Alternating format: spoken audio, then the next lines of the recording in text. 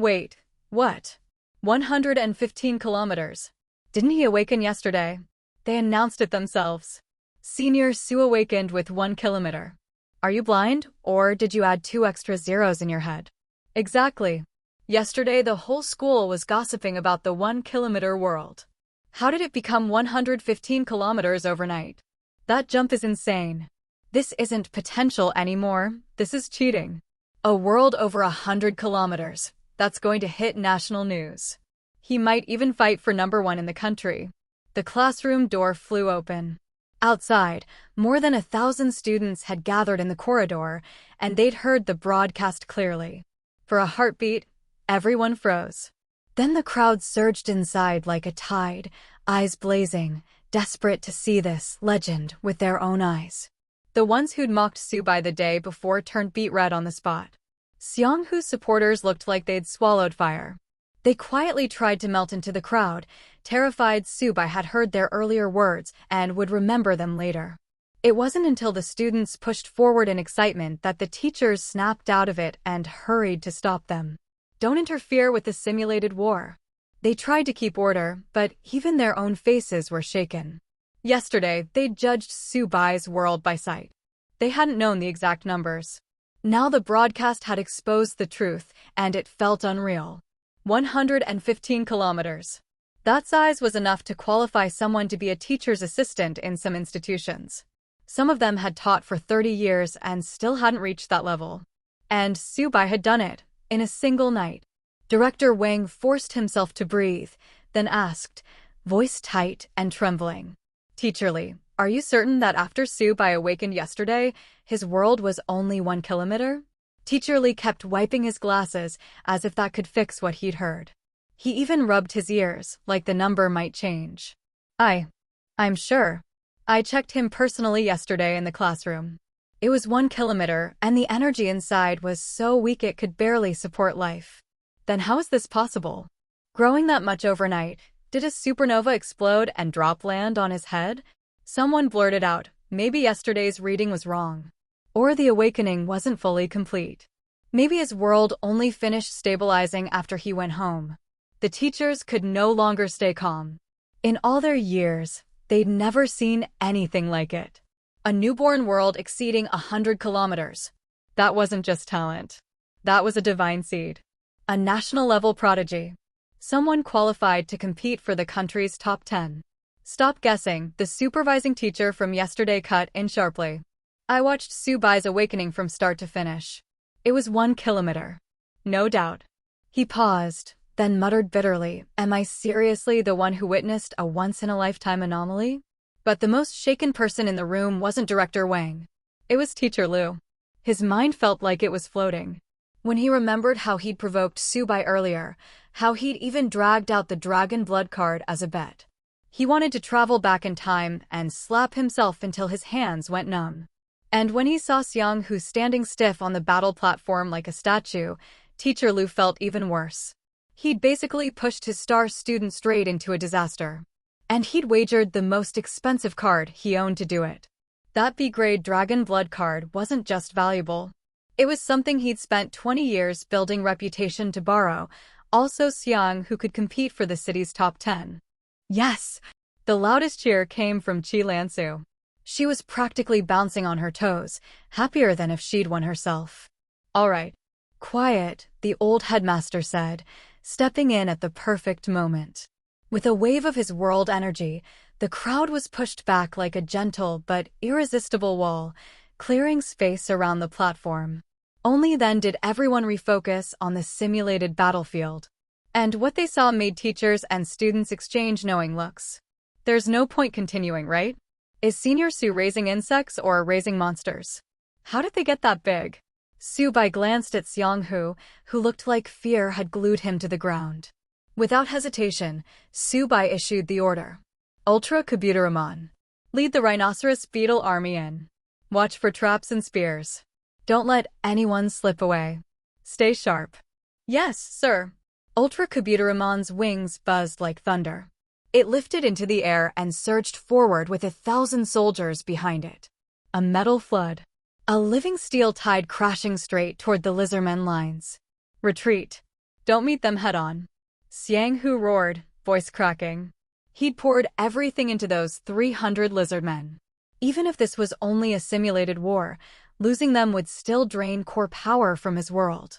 They're just shells, a mid-tier iron lizard man shaman barked. Don't panic. Find cover. At his command, 300 spears shot upward. The sound tore through the air. But what stunned everyone was the rhinoceros beetle army didn't dodge at all. They kept charging. The spears either skidded off their smooth armor or snapped like twigs. Not a single one pierced. The lizardmen froze, eyes wide. Rhinoceros beetles were already famous for defense.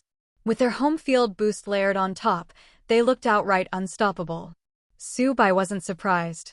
The first wave of flying beetles had already closed the distance. Ultra Kabutaramon's horn began to glow. And under Su Bai's command, it didn't show even a hint of mercy. It fired its ultimate move straight at the shaman. Grand Horn Destroyer. Blue lightning danced around the horn as the glow deepened into a fierce crimson. The electricity compressed, then reshaped itself into a red-orange, double-headed axe of pure energy. Like a god's weapon. Ultra Kabuteramon flapped once. A sonic boom ripped across the sky. Even the world projection flickered for a moment. It dove from above at terrifying speed. Block it, the shaman screamed, ordering his warriors to pile in front as living shields. Too late. Mass plus speed plus concentrated energy was a death sentence. Boom. Ultra Kabuteramon slammed into the formation like a missile. The Grand Horn Destroyer punched through 10 warriors in a single line and skewered the shaman at the center. Lightning exploded inside him. The shaman's body shattered into drifting particles of light. Ultra Kabuteramon clicked its tongue in disappointment, flicking its horn as if annoyed. That's it. The leftover lightning sprayed outward. In one charge, over 100 lizardmen dropped. Brutal. Clean. Efficient. The crowd erupted, screaming and cheering like they were watching a champion on a stage. The teachers exchanged glances, speechless. In one night, Su Bai raised insect warriors like this? At least bronze level. Defense, speed, energy output, all flawless. This year's city champion might already be decided. Even the old headmaster, his usual sleepy squint gone, nodded slowly with satisfaction. Then a broken voice rang out from the battlefield. Stop, stop fighting. Xiang, who had collapsed to the ground. All his arrogance had been crushed into dust. He cried out desperately, face wet with tears and snot. I surrender. Call them back. If the lizard men die, they'll take at least 3 days to recover. I still have the university entrance exam. I was wrong. I shouldn't have provoked you. You're the bigger one here. Please, don't hold it against me. Let me go. The first 7 days after awakening were the golden period, all for the entrance exams. If his soldiers were wiped out, his world core would weaken and his exam performance would suffer badly. Teacher Lu swallowed hard and hurriedly added, trying to save what little face he had left. We're all from the same school. You've already won. Give him a way out. Su Bai's expression didn't change. He only swept a cold glance over the teacher and the student in front of him. Just minutes ago, Xiang, who had been shouting for him to kneel. Teacher Lu had stood beside him, using his position to press down on Su Bai, lecturing him like Su Bai was already a loser who should know his place. And now they wanted to back out? Now they regretted it? What were they thinking earlier? Su Bai understood one thing clearly. If he let this slide, more people would assume they could step on him whenever they felt like it. Su Bai, call them off. You've already won. The old headmaster spoke as the judge, calm but firm. He rarely interfered in school disputes, but when he did, his words carried weight. With so many students watching, the school's reputation couldn't be dragged through the mud. Mr. Li also stepped in at the right moment. No matter what, the headmaster and homeroom teacher deserved face. Su Bai was just about to give the order. Then the battle room broadcast rang out again. Xiang Hu's 300 lizardmen warriors have been wiped out. Su Bai's army suffered 0 casualties. Perfect victory achieved. Battle duration, 30 seconds. Complete victory. The 2 world projections on the platform shattered and dispersed, turning back into drifting data streams that returned to their respective worlds. Ultra Kabuto smacked its lips, looking almost disappointed, as if the fight had ended before it warmed up. Subai. It wasn't like he had planned to go that far. Nobody had expected the battle to end in 30 seconds. He'd even prepared 3 waves of tactics. The second-line rhinoceros beetles hadn't even seen the enemy. The Evil Eye units in the rear didn't get a chance to move. And the 4 Sea Lords hidden beneath the ocean as ambush troops? Other than Subai, no one even realized they hadn't been deployed. My lizardmen. Xiang Hu collapsed to the ground. A grown boy, sobbing in front of everyone. His pride was gone. His dreams for the entrance exams felt like they'd been ripped out of his hands. Teacher Lu's face turned gray. He didn't say a word. Even the old headmaster only let out a soft sigh. Around them, the students exploded with emotion. That was insane. Senior Su is my idol from today. No losses, perfect win. They weren't even on the same level. Where did Xiang Hu get the courage to challenge him? Every word landed like a needle in Xiang Hu's ears.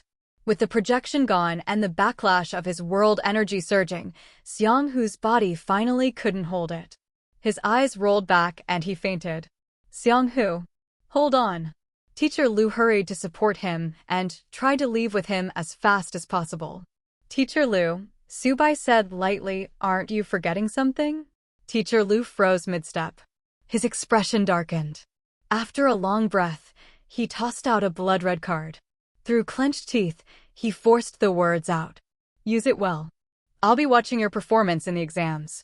Subai caught the card and slipped it away like it was nothing. A treasure worth the price of a house in a first-tier city was now sitting in his pocket. Coming back to school today had been absolutely worth it. Even Xiang, who looked more agreeable now. More rich fools like that were welcome any time. How else was he supposed to get wealthy? Subai, Chilansa said with a bright smile, how did your world grow 100 times? No wonder you dared to start a planar war.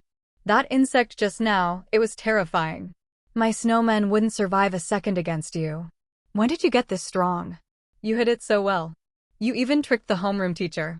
Mr. Lee looked both proud and complicated. Subai gave a small laugh. Just got lucky. The old headmaster's eyes narrowed into their usual sleepy squint again, but his smile was warmer than before. Subai, come with me to the office. The school's evaluation was completely wrong. We need to adjust your support. Extra resources? Subai didn't hesitate. All right. As he moved to leave, the teachers who had been indifferent earlier suddenly became friendly. If you run into any problems building your world, come to us. We'll help you apply for extra materials. Their attitude had flipped so fast it was almost funny. And outside, the students were even worse. Senior Su, you're a god. 115 kilometers, that has to be the biggest in the province. Senior Su, I want to. The last shout was so outrageous that people around immediately started yelling back at the speaker, but the crowd only grew louder.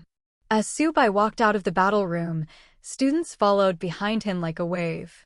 From the sports field to the corridors, even near the bathrooms, his name echoed through the school. It became a spectacle. Even people outside the gates paused to stare, clicking their tongues in disbelief. Only when Director Wang arrived and chased the students away did things settle down a little. Subai looked at the scene and felt something stir inside him. The earlier mockery, the cold looks, the quiet laughter, it all felt far away now. He exhaled slowly. So this is how it works. When you're strong enough, the whole world suddenly becomes polite. And this was only within the school. What about the city champion? Provincial champion? National champion? If he climbed high enough, he wouldn't just be famous. He'd be untouchable. Subai knew it clearly. With the God Simulator in his hands, today was just the opening act. The real stage was waiting in 7 days. The university entrance exam. Inside the headmaster's office, the old headmaster sat with a smile he couldn't hide. A genius like Subai didn't appear often. Even his usually steady heart felt restless with excitement. City champion? That suddenly seemed small. Even provincial champion felt realistic now. If Subai entered the national top 100, Guangqing No. 3 High School would explode in fame. Admissions would soar. The headmaster himself would bask in the glory and might even be promoted to a better institution. But as for national top 10, top 3, he didn't dare dream too far, because he understood what the students didn't. 200 years of accumulation had created monsters. Super conglomerates. Super families. Divine clans. Their descendants weren't just rich second generation. They were divine second generation. Some were born with awakened worlds. Some inherited laws and divinity from elders. They had resources poured into them from the moment they could walk. How could ordinary students compete with someone who had been raised for 18 years with terrifying support? And this year, there was an even bigger shadow. A supreme god seed participating. A girl the whole nation was watching. People called her the Empress. If she was in the same batch, then everyone else was fighting for second or third. The old headmaster sighed quietly. With her present, the peak had already been claimed. Hey everyone, Firescale Audiobooks here. If there's a novel you'd love to hear more of, you can support us on Patreon or Ko-fi. Depending on your tier, I'll make extra parts just for the stories you're most excited about. Usually I can only upload 4 to 5 parts of each novel, but with your support we can go beyond that. And of course, don't forget to hit subscribe. It helps more than you know. Principal's office. Hee hee, young man, won't you explain the reason your world expanded 100-fold overnight? Teacher Li and Chi Lansu also looked at him with curiosity. Even Director Wang, pretending to organize files nearby, perked up his ears. Director, let me help you organize these.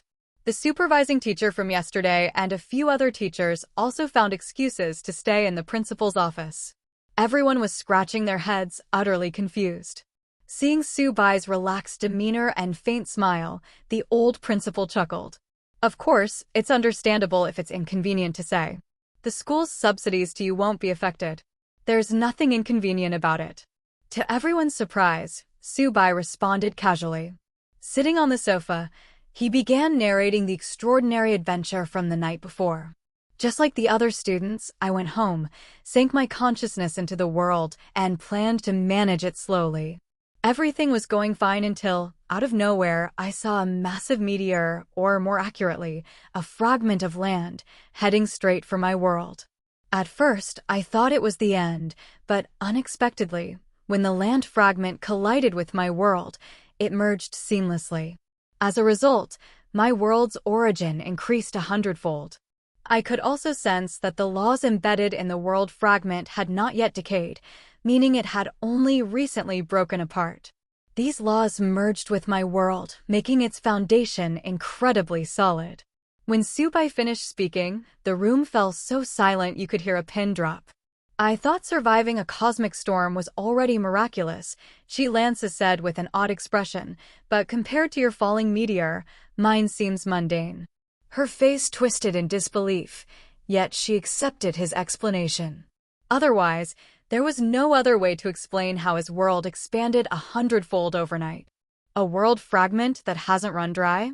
The odds of that happening are probably 0.00001%. And you actually encountered it?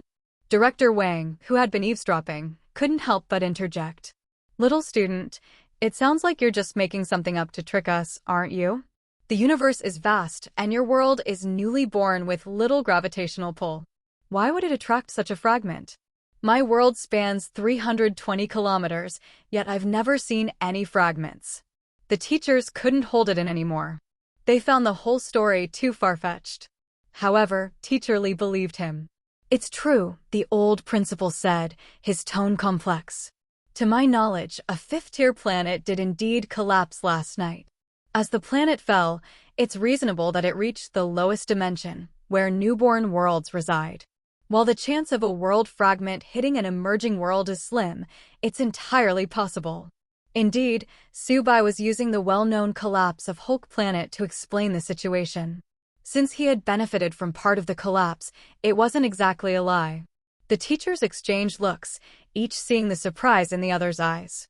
This year, our school's luck is truly extraordinary. One student encounters a world fragment, another survives a cosmic storm. Both misfortunes turned into blessings. Truly once-in-a-lifetime events happening together. You two really are a pair of destined rivals, perfectly suited for each other, Teacher Lee teased with a smile. It's not like that, Chi Lanza replied, her face slightly red. All right, the rest of you may leave now, the old principal said, waving his hand. The teachers tactfully left the room. As he left, Teacher Lee gave Subai a sly look, encouraging him to take full advantage of the situation. Before long, the principal's office was empty, leaving only the three of them. Let's first talk about your situation, the principal said, turning to Chi Lanzu. I've already seen your snow and ice world in the projection room.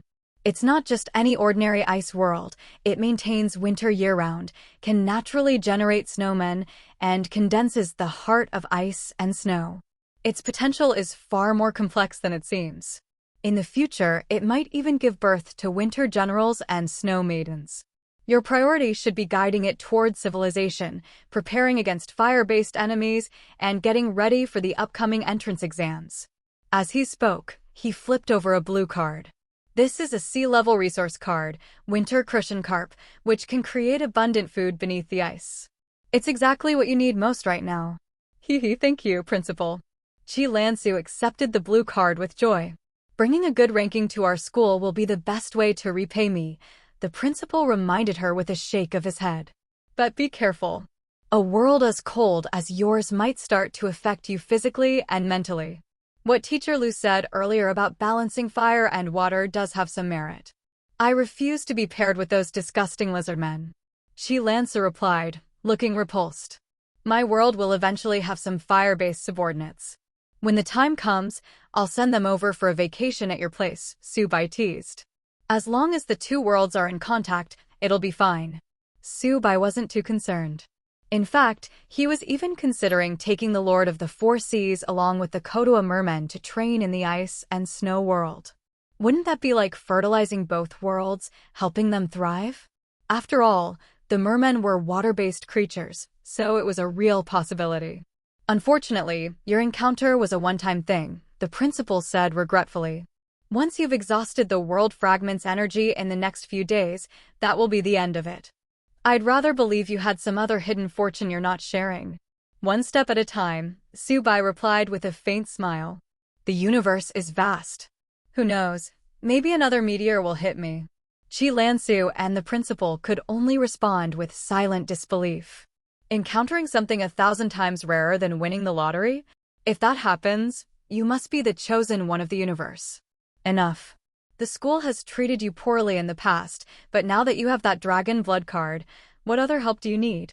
The school will do its best to make up for it, the principal continued. Subai thought for a moment. I'm short on basic resources like water source cards, food cards, and species cards. These need to be accumulated gradually. Oh, and the place I live in right now isn't great. Doesn't the school have housing allocations?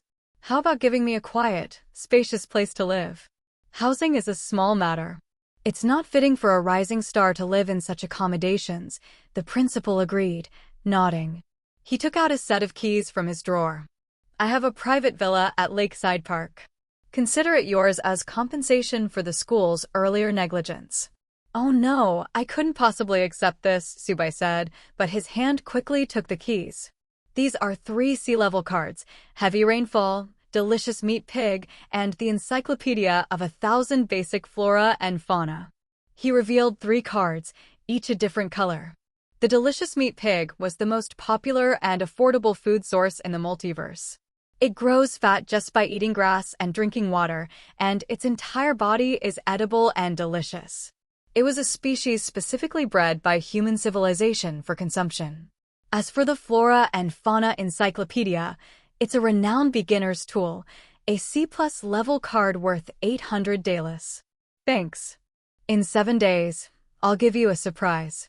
Be prepared to be swarmed by national media, Subai said with a playful grin as he accepted the cards, feeling what it was like to be treated as a genius.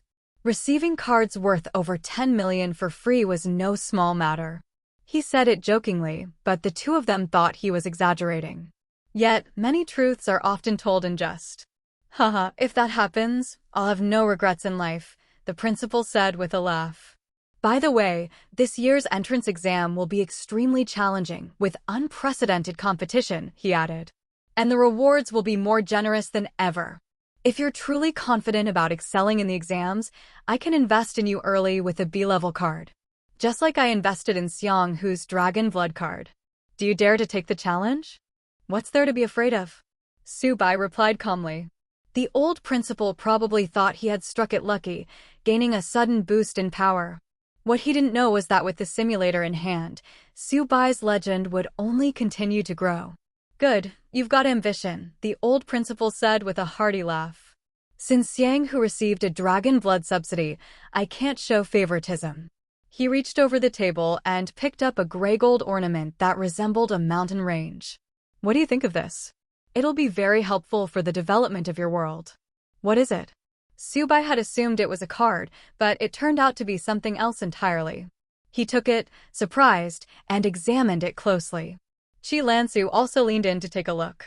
Having read many books, she quickly recognized its significance and exclaimed, "A treasure of the heavens and earth?" Recalling information about these treasures, Su Bai's heart surged with joy.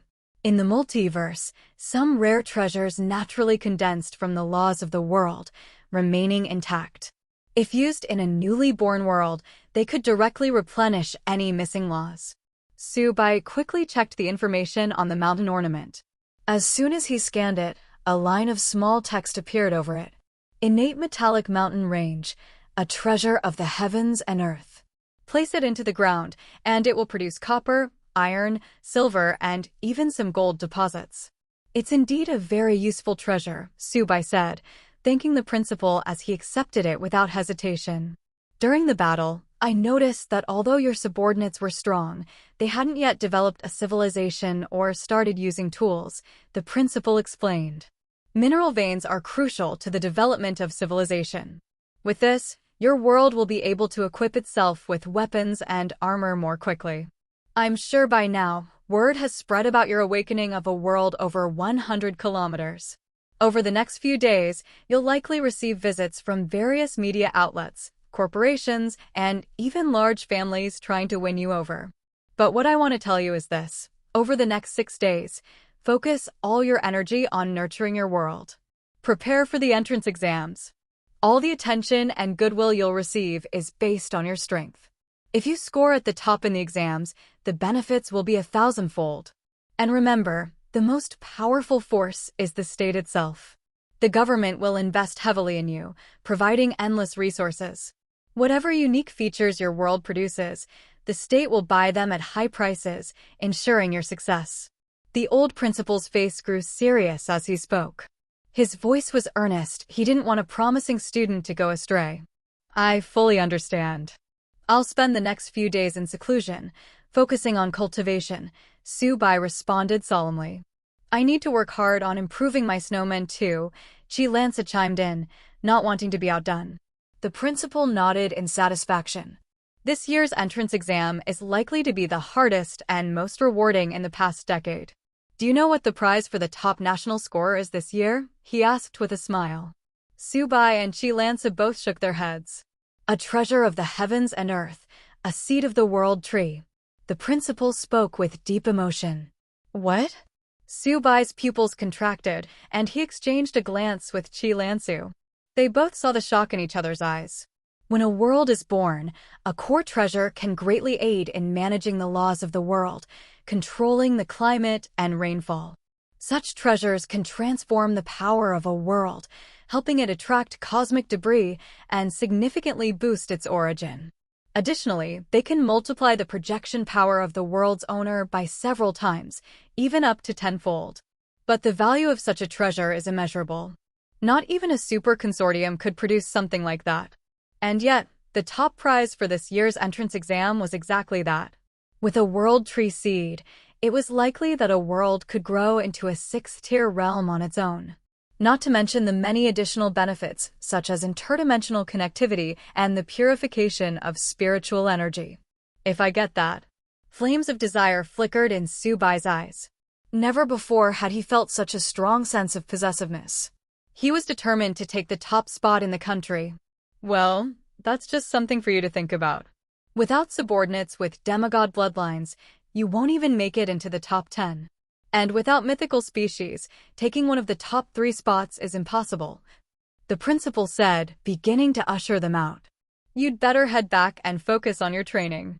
Subai and Chi-Lansa sincerely bade him farewell. At the very least, the principal had genuinely helped them.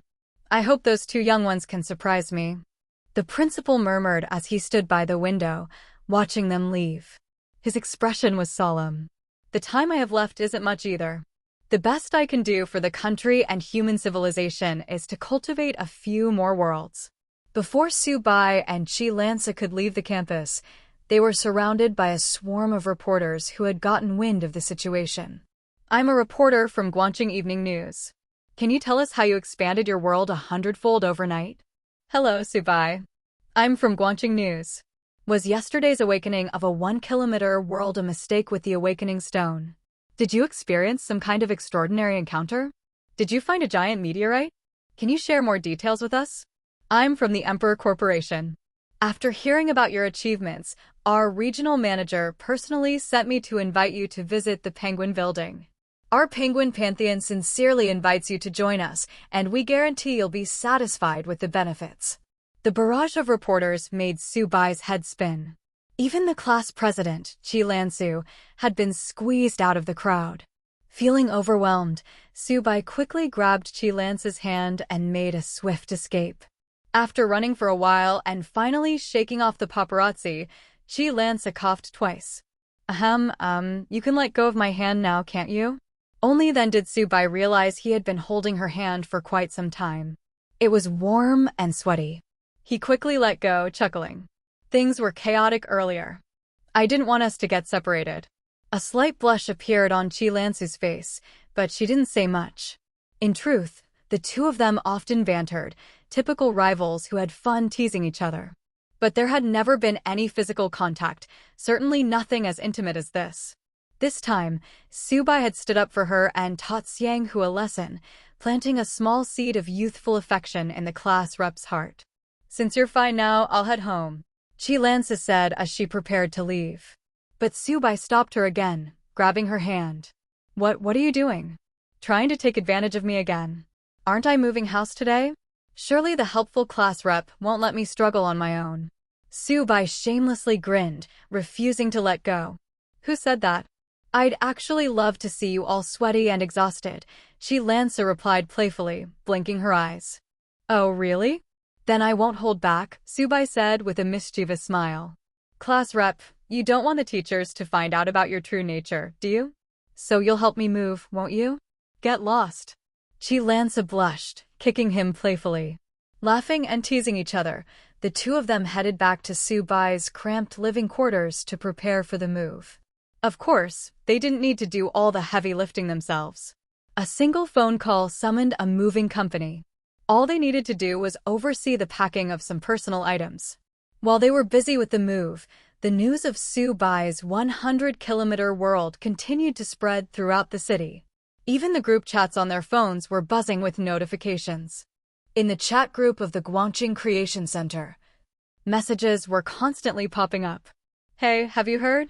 Subai from 3rd Middle School has grown his world to over 100 kilometers overnight. How's that possible? Wasn't his world only 1 kilometer? You were just mocking him. Just now, Subai fought Xianghu and won a complete victory. The news is absolutely true. It'll be on the evening news. Did he get some kind of lucky break? I heard a world fragment fell on his head. TSK, his ancestors must be smiling down on him. The chat group was buzzing with activity. Just half a day ago, many had ridiculed Subai. They had boasted about their 8-kilometer or 5-kilometer worlds. Now, their faces were flushed with embarrassment. They wanted to delete their records, but found that they couldn't. Silently, they hoped that the big shot wouldn't hold a grudge. A golden dragon is never meant to stay in the shallows. When the winds rise, it transforms into a true dragon. Hua Mingxian, a student from 2nd Middle School, sighed. He was a leading figure at 2nd Middle. Originally, he had grand ambitions to take 1st place in the city.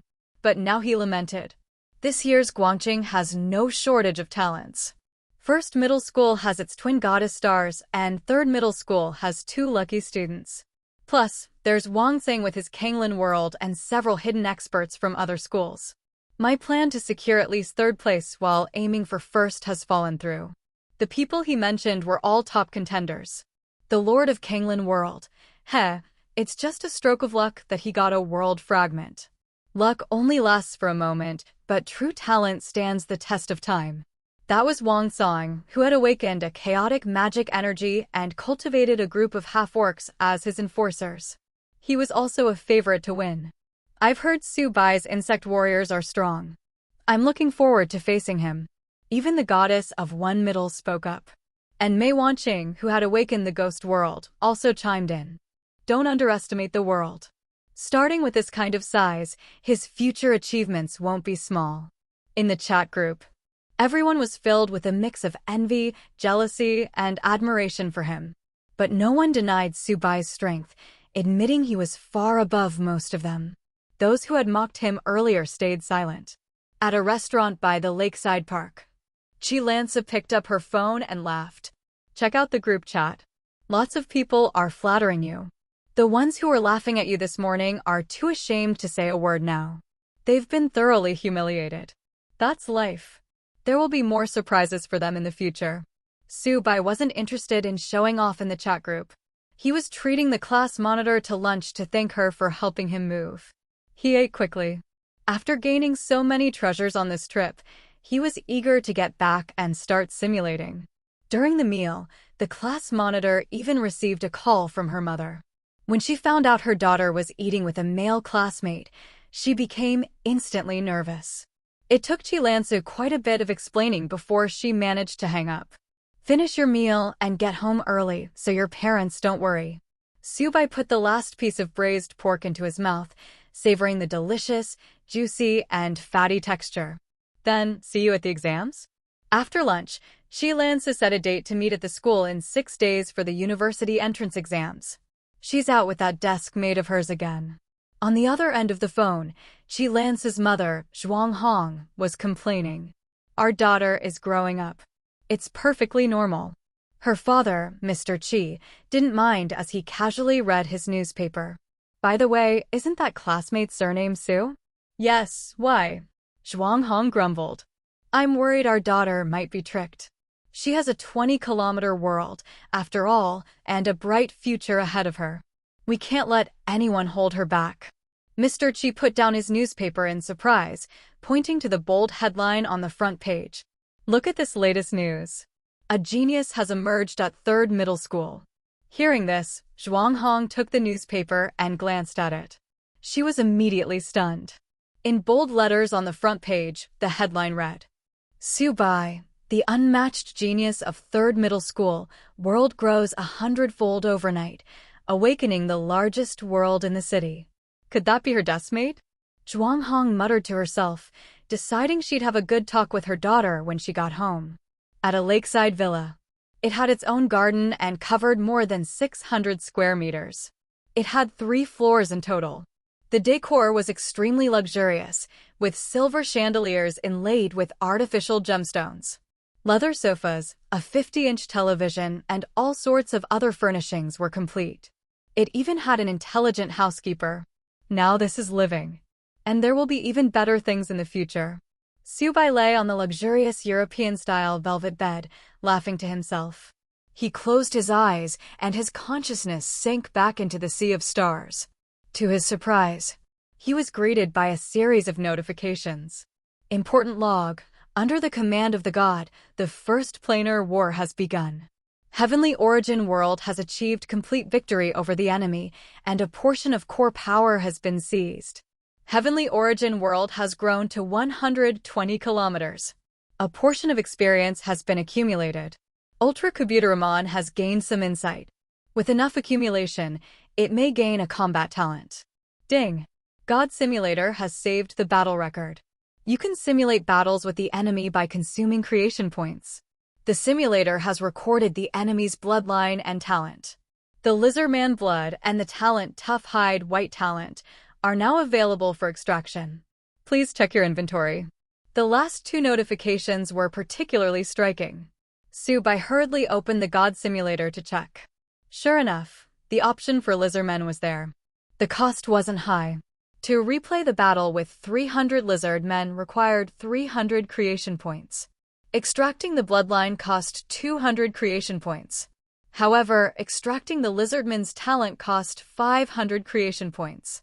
I didn't expect the simulator to have this function. Does this mean I can copy the bloodlines of anyone I fight and merge the strengths of countless races into one? Subai pondered. Especially when he thought of the upcoming National University entrance exams, where many second-generation gods would have underlings that were extraordinary, having been cultivated by their families for generations. Just as the old headmaster had said, there was the possibility of encountering epic bloodlines, legendary bloodlines, and even mythological species. That would be an incredible windfall. It would be like getting a divine beast. And if I can replay the battlefield, I can figure out ways to counter the enemy after just one encounter. If I ever face a divine beast enemy, I can totally use simulations to defeat them. His eyes lit up as he eagerly took out the card he had obtained. Grinning, he said, "It's time to get to work." First were the 3 cards gifted by the old principal. Subai used them on the spot. As the 3 cards dissolved into golden light and merged into the Tianyuan realm, a rainbow flashed across the sky. You have successfully used the cards, Heavy Rainfall, Delicious Meat Pig, and the Encyclopedia of 1,000 Basic Flora and Fauna. This was no ordinary rain like before. A torrential downpour, rich in rare elements, poured down from the sky. The large raindrops formed lakes in the lowlands. Miraculously, the rainwater carried fish spawn with it. Schools of crucian carp and freshwater fish swam about. Small rivers and large streams were carved out by the deluge. In the more remote areas, sun-scorched birch and pine trees greedily absorbed the rain. The Kodoa mermen celebrated on the ocean's surface, holding grand ceremonies. The evil eyes danced in the swamps, using their eye stalks to play with the mud, engaging in mud wars. With this rain, their living spaces expanded considerably. Log, you declared there should be rain, and thus a great downpour fell. The Tianyuan realm gained 4,000 tons of freshwater resources. The oceans have expanded, creating new rivers, swamps, and freshwater lakes.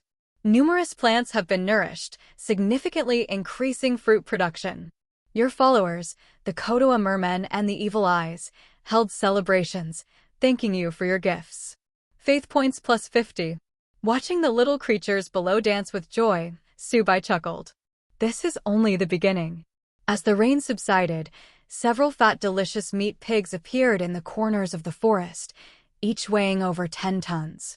These pigs could grow just by eating dirt, and their entire bodies were valuable. The rhinoceros beasts were ecstatic, eager to join the feast. Each one gorged itself until it was round and full, then began to reproduce. Not long after, a new herd of young rhinoceros beasts appeared. The super beast leader, being much more intelligent, eventually restrained the group from overhunting, ensuring the survival of their species. Praise the Almighty. Thank you for your gift. Our people will forever remember your generosity. Believe in the Almighty, and you'll never run out of food. Faith surged from the beasts as they indulged in endless meat.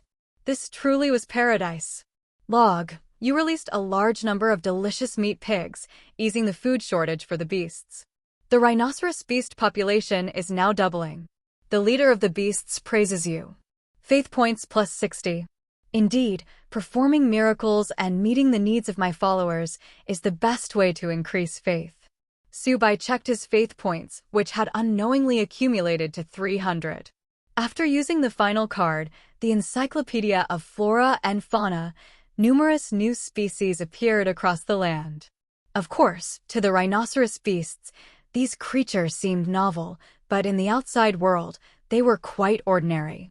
There were banyan trees, poplars, willows, and cedars, as well as shrubs like boxwood, sand juniper, creeping juniper, and forsythia. These common animals and plants helped enrich the foundation of the Tianyuan realm. As they mingled with the local beasts, hybrid species began to emerge. Breeding among species with close bloodlines comes with its own problems. Introducing genetic diversity is a good thing. After checking for a while and seeing that everything was merging perfectly, Subai decided to release the treasure into the world. The mountain treasure grew rapidly after being thrown, integrating into the surrounding mountains. Deep within the earth, veins of precious metals began to form. Once everything was in place, Subai turned his attention to the blood-red card, still in his hand. This dragon blood card is worth a fortune. I can't just use it recklessly. Logically, it's most compatible with the lizardmen. To play it safe, I should simulate it first. After some thought, Subai spent 200 creation points to extract the lizardman's bloodline from the simulator. He also unlocked the thick skin trait, known for its tough durability. Once unlocked, the trait would be his to use at will without occupying a trait slot. With that, he said, "Start the simulation." Familiar lines of text appeared before him. Embark on the journey of creation. Please initiate a 10-fold draw. Subai tapped the draw button. In an instant, 10 traits with various effects appeared before him. Among them, the prehistoric beast trait remained fixed, meaning he could still carry 2 additional traits. His luck wasn't particularly great this time, so Subai casually chose 2 traits. Beast Cultivation. Blue, you encourage your people to engage in more combat, as only through fighting can a Goo King emerge. Increased Appetite. Blue, after equipping, your followers' appetites will multiply, enhancing not only their physical bodies, but also their capacity to absorb oxygen and spiritual energy. Selection complete. Currently equipped, Worlds of All, Cosmic Gut, Thick Skin. Would you like to use the B-rank Dragon Blood card and the S-rank Doomsday Calamity card? An additional 150 creation points will be required. At this point, Subai paused to think carefully. He glanced at his current total of 13,000 creation points. With a confident wave of his hand, he said, "Times have changed. With more points in hand, I can afford to simulate boldly. Confirm deployment. This simulation will cost 500 creation points." It has begun. To his surprise, the cost of simulations had increased as his world grew, requiring more creation points. At this rate, even with over 10,000 creation points, he would only be able to simulate 30 times. His brief sense of extravagance quickly faded. Lines of text began to reappear. Early era of the first epoch. Thanks to the food and water you've provided, the populations of the 3 tribes have all doubled. The super beasts, following your guidance, lead their people in exploring new navigation routes. The small asteroid fragments near the planet's orbit have been fully harvested. Meanwhile, thanks to the abundant rain and meat pigs, the lizardman bloodline has unknowingly merged into the ecosystem. Without realizing it, the lizardmen interbred with another species of reptile, giving birth to new creatures, terrifying lizards that are born 3 meters long. The lizardmen bloodline and increased appetite trait have taken effect. Mid-era of the first epoch, the terrifying lizards not only have massive bodies, but they're also incredibly intelligent. Taking advantage of the rhinoceros beast's cosmic hunting expeditions, the terrifying lizards frequently ambush their young. The terrifying lizards are cruel and bloodthirsty, constantly growing larger through combat and consumption. The prehistoric beast and goo beast cultivation traits are actively affecting them. Unbeknownst to all, the terrifying lizards have spread across the land, reaching a population of over 5,000. Even the Evil Eye tribe has been forced to retreat into the swamps, relying on prayer. Under the leadership of their chieftain, the terrifying lizards have expanded their territory, eventually reaching the oceans. However, they met fierce resistance from the Kotoa mermen, with the Lord of the Four Seas stepping in to kill the terrifying lizard chieftain. The rest of the terrifying lizards fled in fear and no longer dared to act recklessly in the oceans. Now confined to rivers and lakes, the defeated terrifying lizards vowed to become stronger and dominate the world. A divergence in fate has appeared. Would you like to use the thin dragon blood card now? Subai had been watching the simulation intently, not expecting a turning point so soon. It seems the terrifying lizards are the main characters of this simulation. I'll help them along. I'm curious to see how far they can grow. He quickly made his decision. I wonder when the S card will take effect. Subai's heart was filled with both anticipation and worry. His emotions were extremely conflicted. The simulation text continued to unfold. The Therizinosaurus, during predation, unexpectedly awakened the dragon blood hidden within its veins. Although it was only a thin trace, through training, especially after devouring blood meals, it was able to continuously purify itself, undergoing a transformation, and even its soul began to mutate. Unknowingly, it gained the dragon race's inherited techniques, including breathing methods and attack techniques. The B-grade thin dragon blood card has taken effect. End of the first era.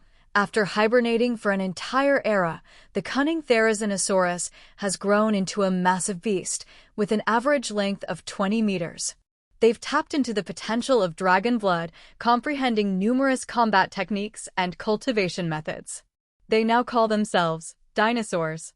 The dinosaurs have independently developed the talents, Dragon Breath Method, Blue, and Dragon Battle on the Plains, Blue. Not bad, they developed 2 blue talents at once. Su Bai's eyes lit up instantly. However, seeing their name, he chuckled. It's just fate, isn't it? A mix of giant beasts and lizard man blood, it was bound to be dinosaurs. But thinking of Ultra Kabutoramon, Su Bai continued watching. End of the first era, Ultra Kabutoramon, having long been dedicated to exploring the universe, returned with its tribe, only to find, to their fury, that their home had been seized. Many of their descendants had degenerated into small insects, and their dominant status had been stolen by the dinosaurs. The dinosaurs, believing themselves to be the rulers of the world, launched a challenge against the Kabutoramon. Thus began the war of the era's protagonists. At the same time, another fateful choice appeared. Will you intervene to alter the course of history? 1. Support the dinosaurs. A new era is dawning, and the remnants of the old must be purged. Embrace the glorious age of the dinosaurs. 2. Support Ultra Kabutoramon. They have contributed to the world and bled for the god. They deserve to continue basking in the glory of the era. 3. Remain neutral. Fight, it's not wrong. I am a god without feelings. I don't care who becomes the protagonist as long as I am God. It was a tough decision. So far, the dinosaurs seemed more suited to this version of events. They had gained an advantage and filled out their talents. Their bodies had been strengthened to the extreme. In just one era, the dinosaur leader had evolved to the point where it could stand against Ultra Kabutoramon. In terms of sheer strength, Ultra Kabutoramon still held the upper hand. But in overall combat abilities, the dinosaur leader actually had the advantage. Even the evil eyes had been driven into the swamps to hide. Fortunately, the evil eyes didn't need much territory. Recently, they had expanded their living spaces underground, managing to survive. But Ultra Kabutoramon, being large omnivores, had substantial overlap with the dinosaurs in terms of ecological roles. And with the grudge of their young being attacked, there was no chance of reconciliation between the two. However, Su Bai glanced at the heavenly origin world within the simulation. Unknowingly, it had grown to 130 kilometers. This was all thanks to the Kabutoramon. Like busy bees, they tirelessly dragged space debris back to the heavenly origin world, allowing the world to digest it. However, this dedication had slowed their species' development, and many of their young had been killed. They had contributed greatly to the world.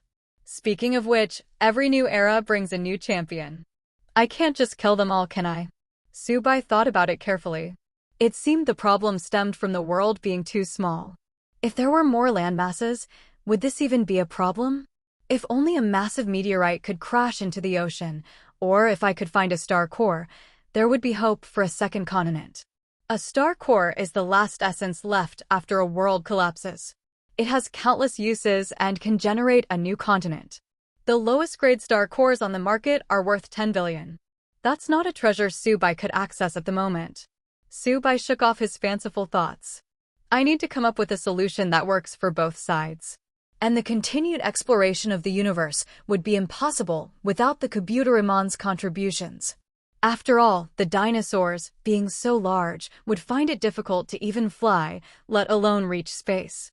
After thinking it over carefully, Su Bai came up with a good plan and made his choice. The simulation text continued to appear before his eyes. In the midst of the bloody battle, you descended from the heavens and used your supreme divine power to separate both sides. You earnestly explained to them, "You are both my children.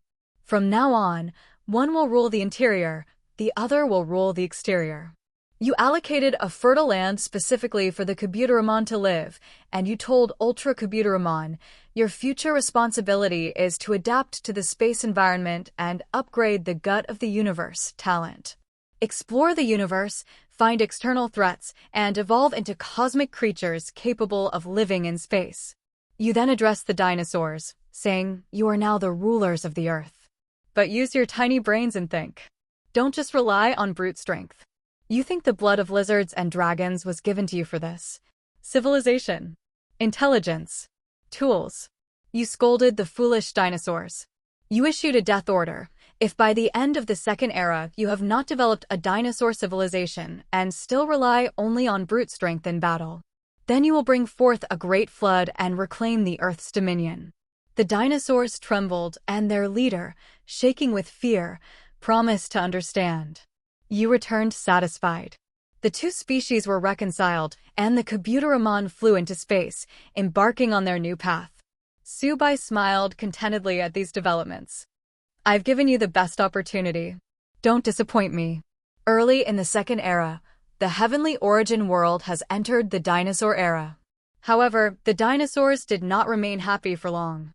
Under the command of their leaders, they began to ponder, what is civilization? The poor dinosaurs, with their tiny egg-sized brains, couldn't figure it out. Many preferred to bash their heads into the ground rather than think. The dinosaurs' happiness levels dropped quickly. They no longer enjoyed eating meat or fighting and instead spent their days in seclusion, meditating. Mid-Second Era. After several centuries of contemplation, the dinosaur leader was on the verge of madness. With no other choice, it humbly ventured into the swamps to ask the evil eyes for advice on what constitutes civilization. The eye demons initially had no intention of helping, given their past grudge. However, upon hearing it was by your decree, they relented.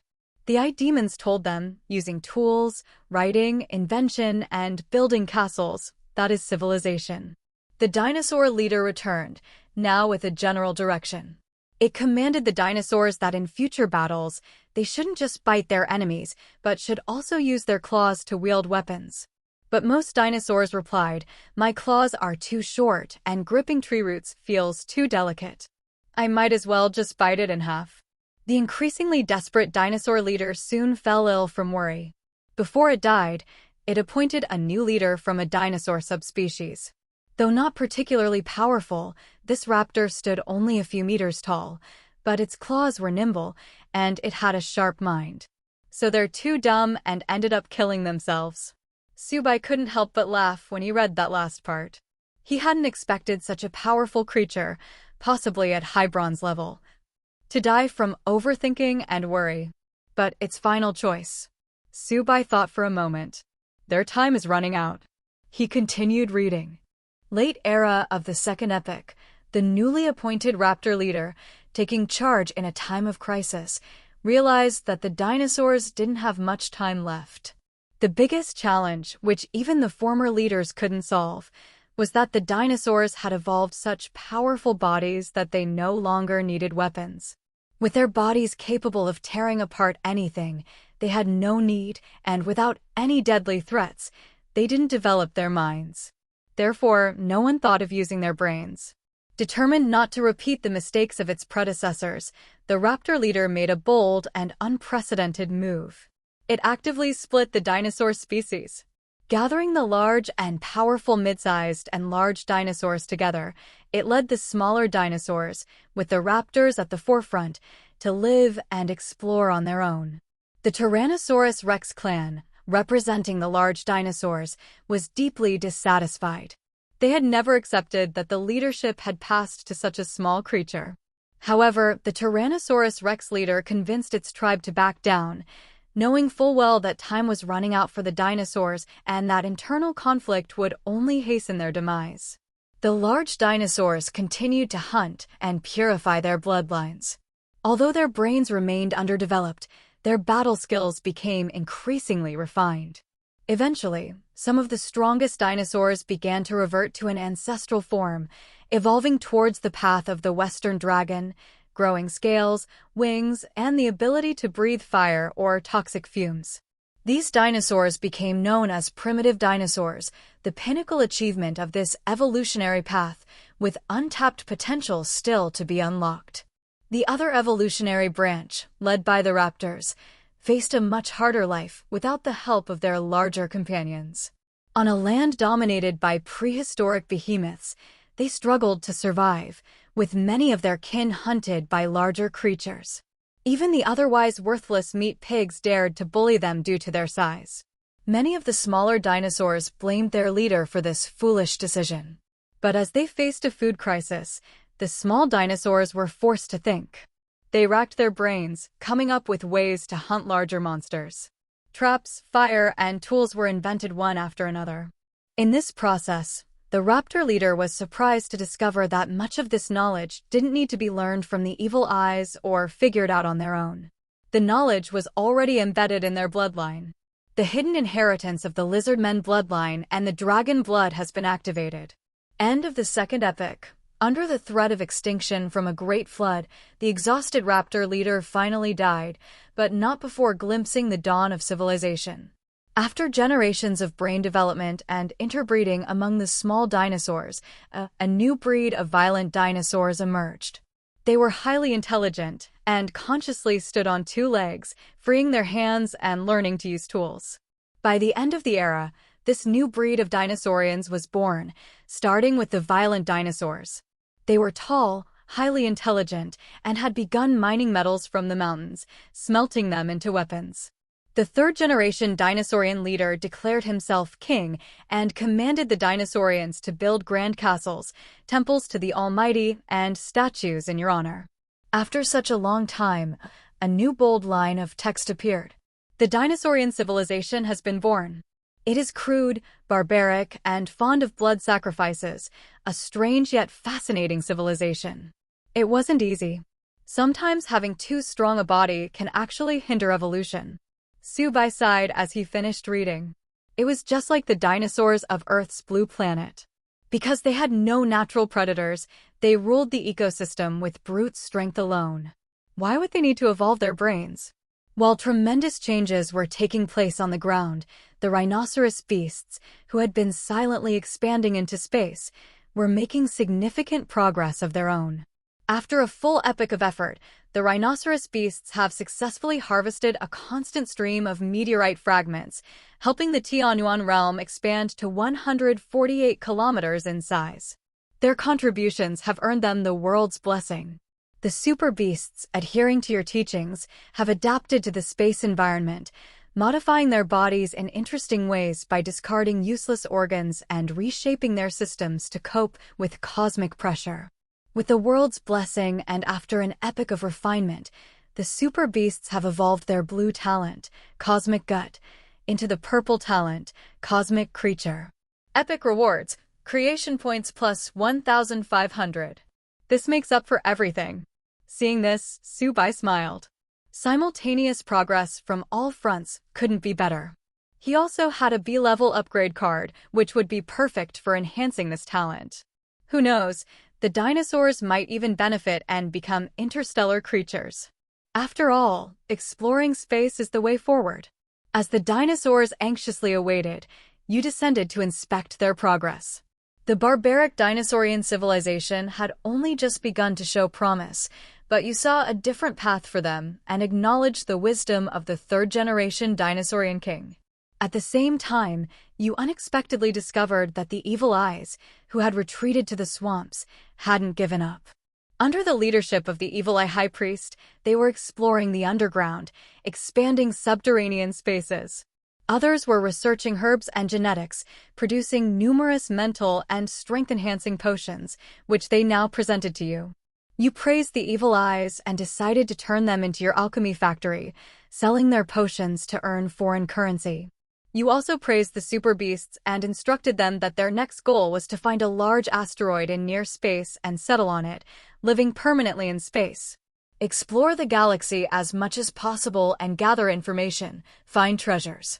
Then you activated the worlds of all talent. The primitive dinosaur race has now evolved into the catastrophe king dragons from the King Kong universe. The third epic begins, and the dinosaurs, now undisputed rulers, have begun to engage in internal strife. Your arrival has intensified the conflict between the primitive dinosaurs and the dinosaur people. In particular, the Destruction King Dragon, relying on its formidable physique, charged at the Lizardman's castle. With a single blow, it shattered the towering walls. Just as the Destruction King Dragon mocked the dinosaur people, it unexpectedly fell into a trap and was besieged by the Lizardmen using their weapons. The Destruction King Dragon was exceedingly furious, but could not escape. It summoned its underlings for help, but unexpectedly, other dinosaurs also fell into the trap, putting them at a disadvantage. The Lizardman leader, who had captured the Destruction King Dragon alive, showed mercy. Instead, he told the Destruction King Dragon that they shared the same origin and should cooperate. The strongest force and intelligence would be fused, reshaping the world. The two evolutionary paths of dinosaurs merged, and the dinosaur people could naturally communicate with the primitive dinosaurs and ride on their backs, becoming dragon knights. Utilizing the power of the primitive dinosaurs, the dinosaur people accelerated their reconstruction of the land, building roads and castles at an ever-increasing pace. They constructed temples dedicated to the gods around the world. A total of 5,000 temple dragon knights were created, possessing immense strength and the ability to harness the power of their mounts, clad in armor and wielding dragon lances. Their combat capabilities far exceeding those of the Kabutorimon from earlier times. Your faith value plus 200. Mid-Third Era. The combination of spear and shield made the dinosaurs unstoppable. During this process, due to the continuous activation of their talents and the survival of the fittest in nature, other prehistoric behemoths began to emerge, leading the heavenly origin world into an era of beastly competition. Among the standout creatures were the Titan boa, the ancient rhinoceros, the skeletal reptile, and, even in the coastal regions, the emergence of the thin dragon descendants, the Tsanglong, was noted, which engaged in combat with the era's contemporaneous sawtooth sharks before the Kodo fishmen could launch a counterattack. In this arena of competition, the dinosaur people had achieved the strongest power, dominating an era and sequentially defeating each challenger, expanding their territory into the coastal regions. If it weren't for the concern over the unpredictable Lord of the Four Seas, the dinosaur leader might have even attempted to invade the deep sea. To this end, both sides agreed that the deep sea would belong to the Lord of the Four Seas, the skies to the Kabutorimon, and the land and coastal regions to the dinosaurs. Mid-Third Era.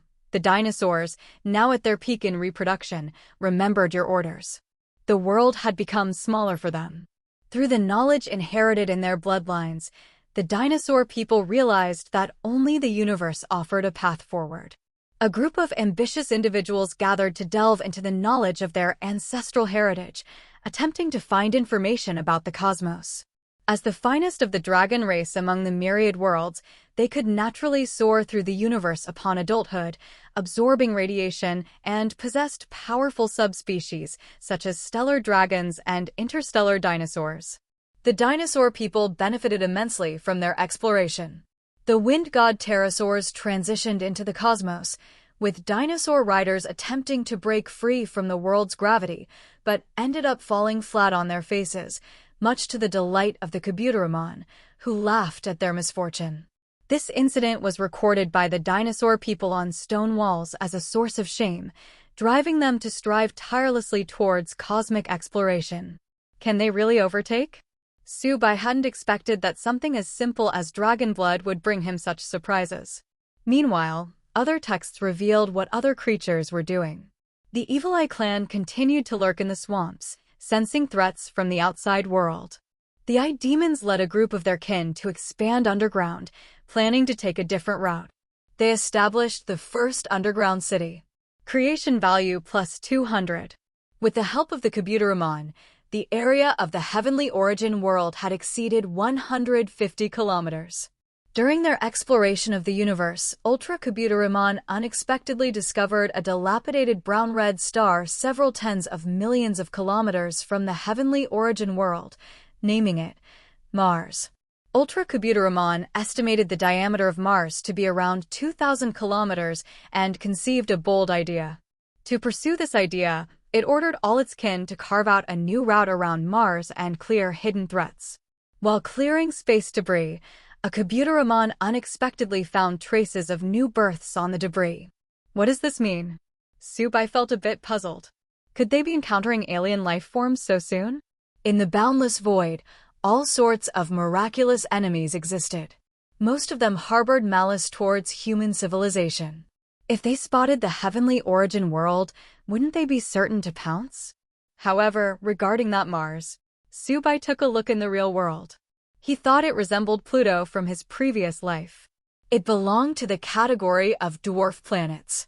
Unfortunately, it lacked water and spiritual energy, presenting only a desolate landscape. Yet, even pure soil could help the heavenly origin world grow immensely. Ambition is a good thing, though he felt it wouldn't be so easy to plunder this star. By scale, it was several times larger than the heavenly origin world. Wasn't this akin to a snake trying to swallow an elephant? Suddenly, a seemingly inconspicuous line of text caught his attention.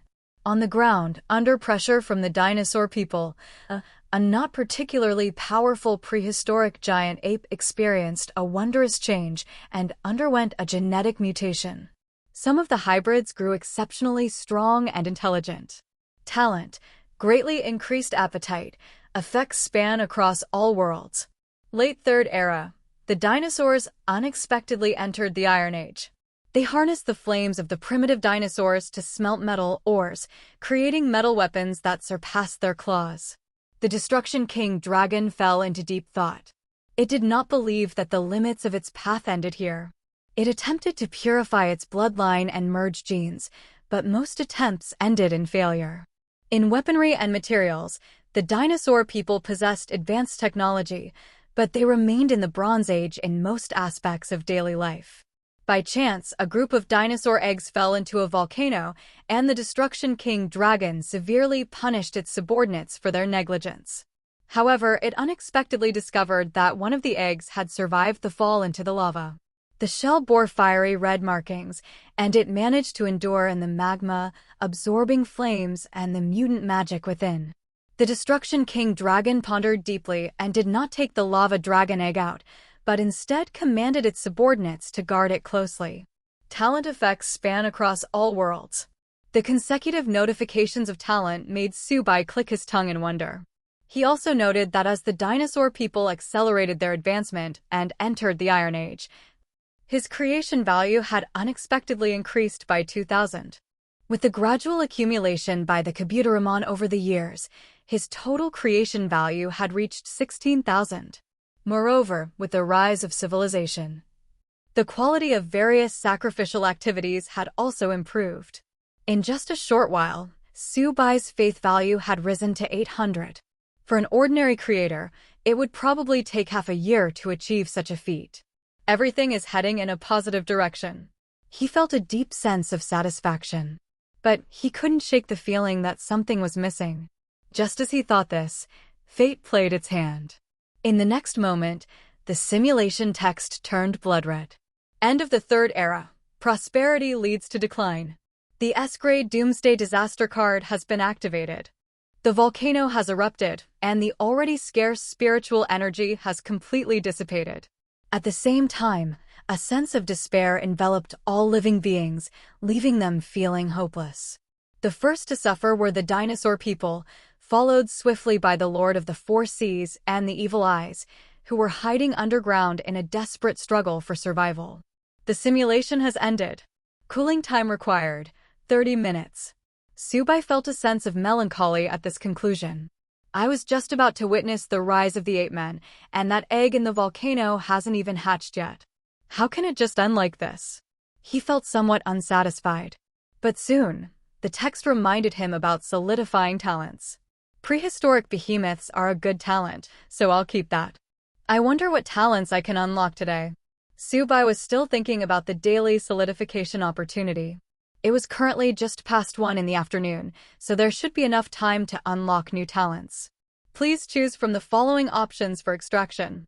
If an item requires a card for extraction, the card must be consumed before it can be extracted. 1. Destruction King Dragon. 2. Dinosaur People. 3. Mutated half-hatched dinosaur egg. 4. 5,000 Temple Dragon Knights, Titan Boas, mutated giant apes, etc. Many of the items were interconnected. Subai thought for a moment and felt that the fiery egg from earlier was quite intriguing. Considering his ample creation value at the moment, he decided to retain all the items that piqued his interest.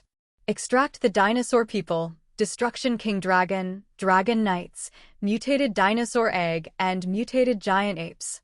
With so many choices, his creation value swiftly dropped to 9,000.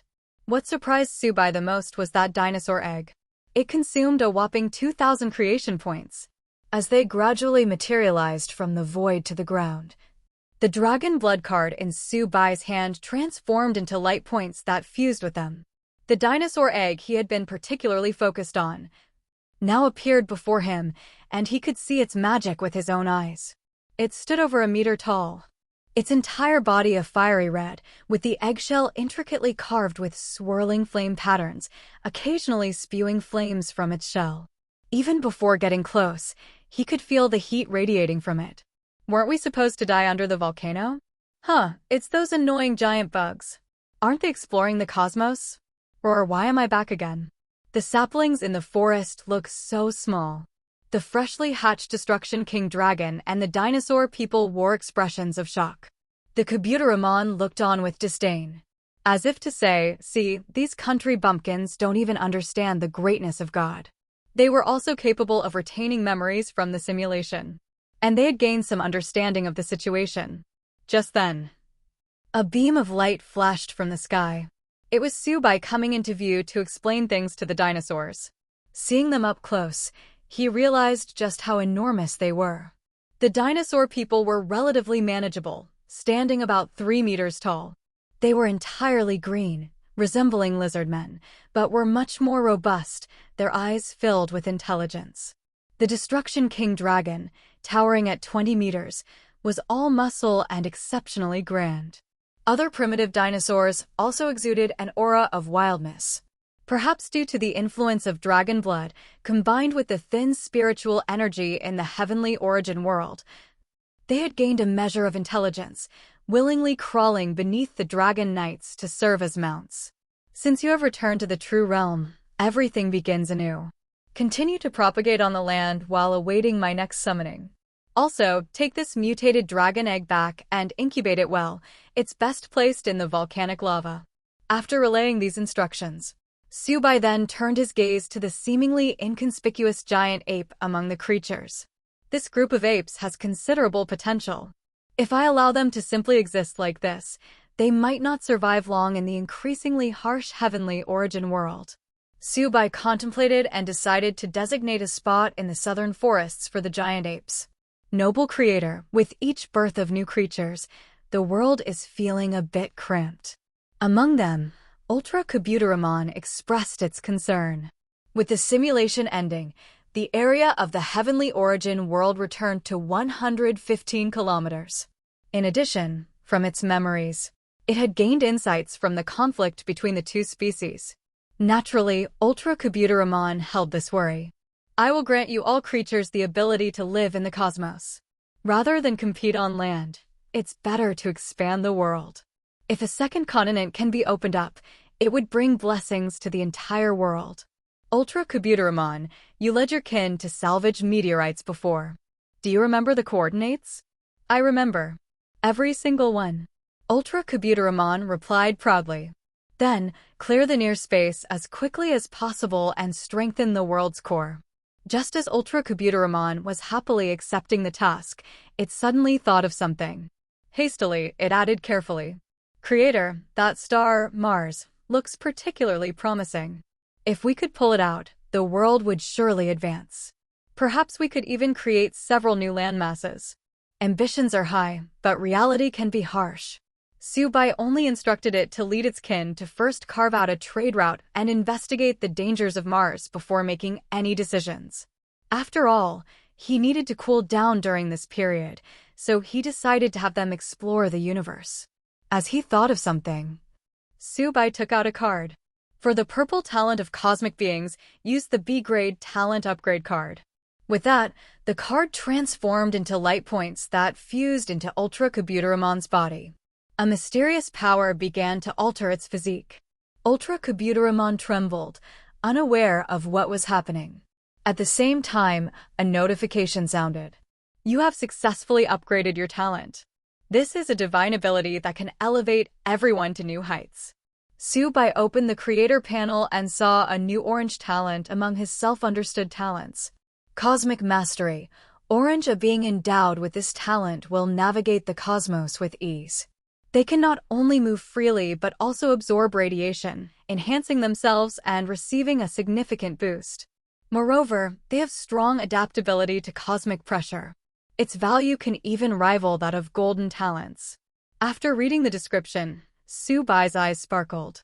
Although it merely involved adapting to space, it could enable millions of creatures to leap ahead and embark on the path of space garbage collection ahead of time. Meanwhile, other aspiring creators might be busy manufacturing stone tools for their underlings, right?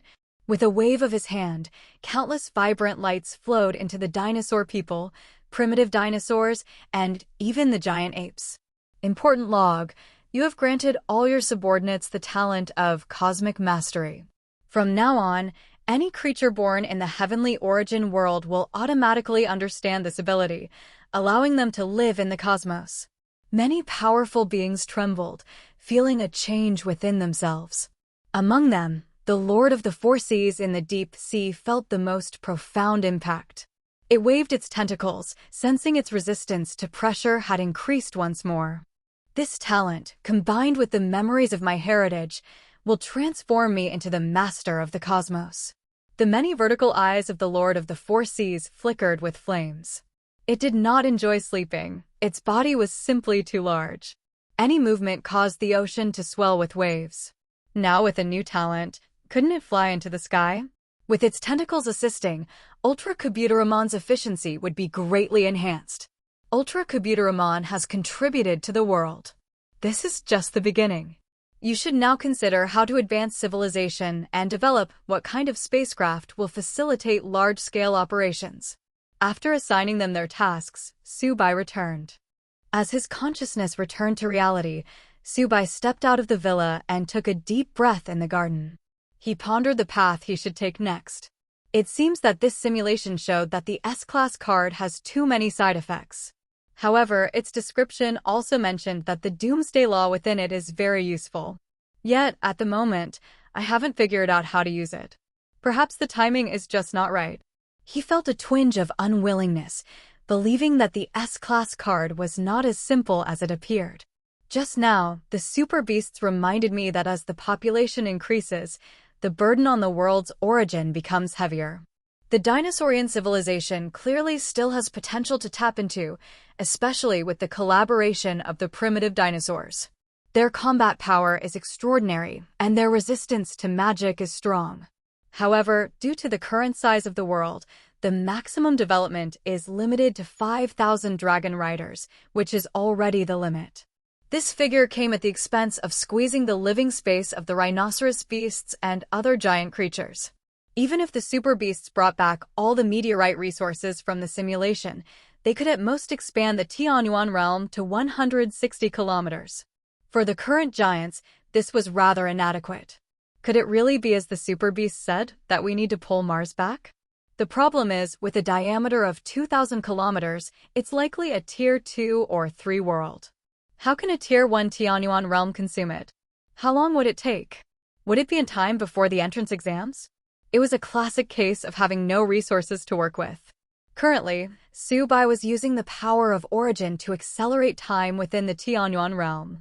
However, the power of origin was only available due to the development of the world. Once used up, it would be gone.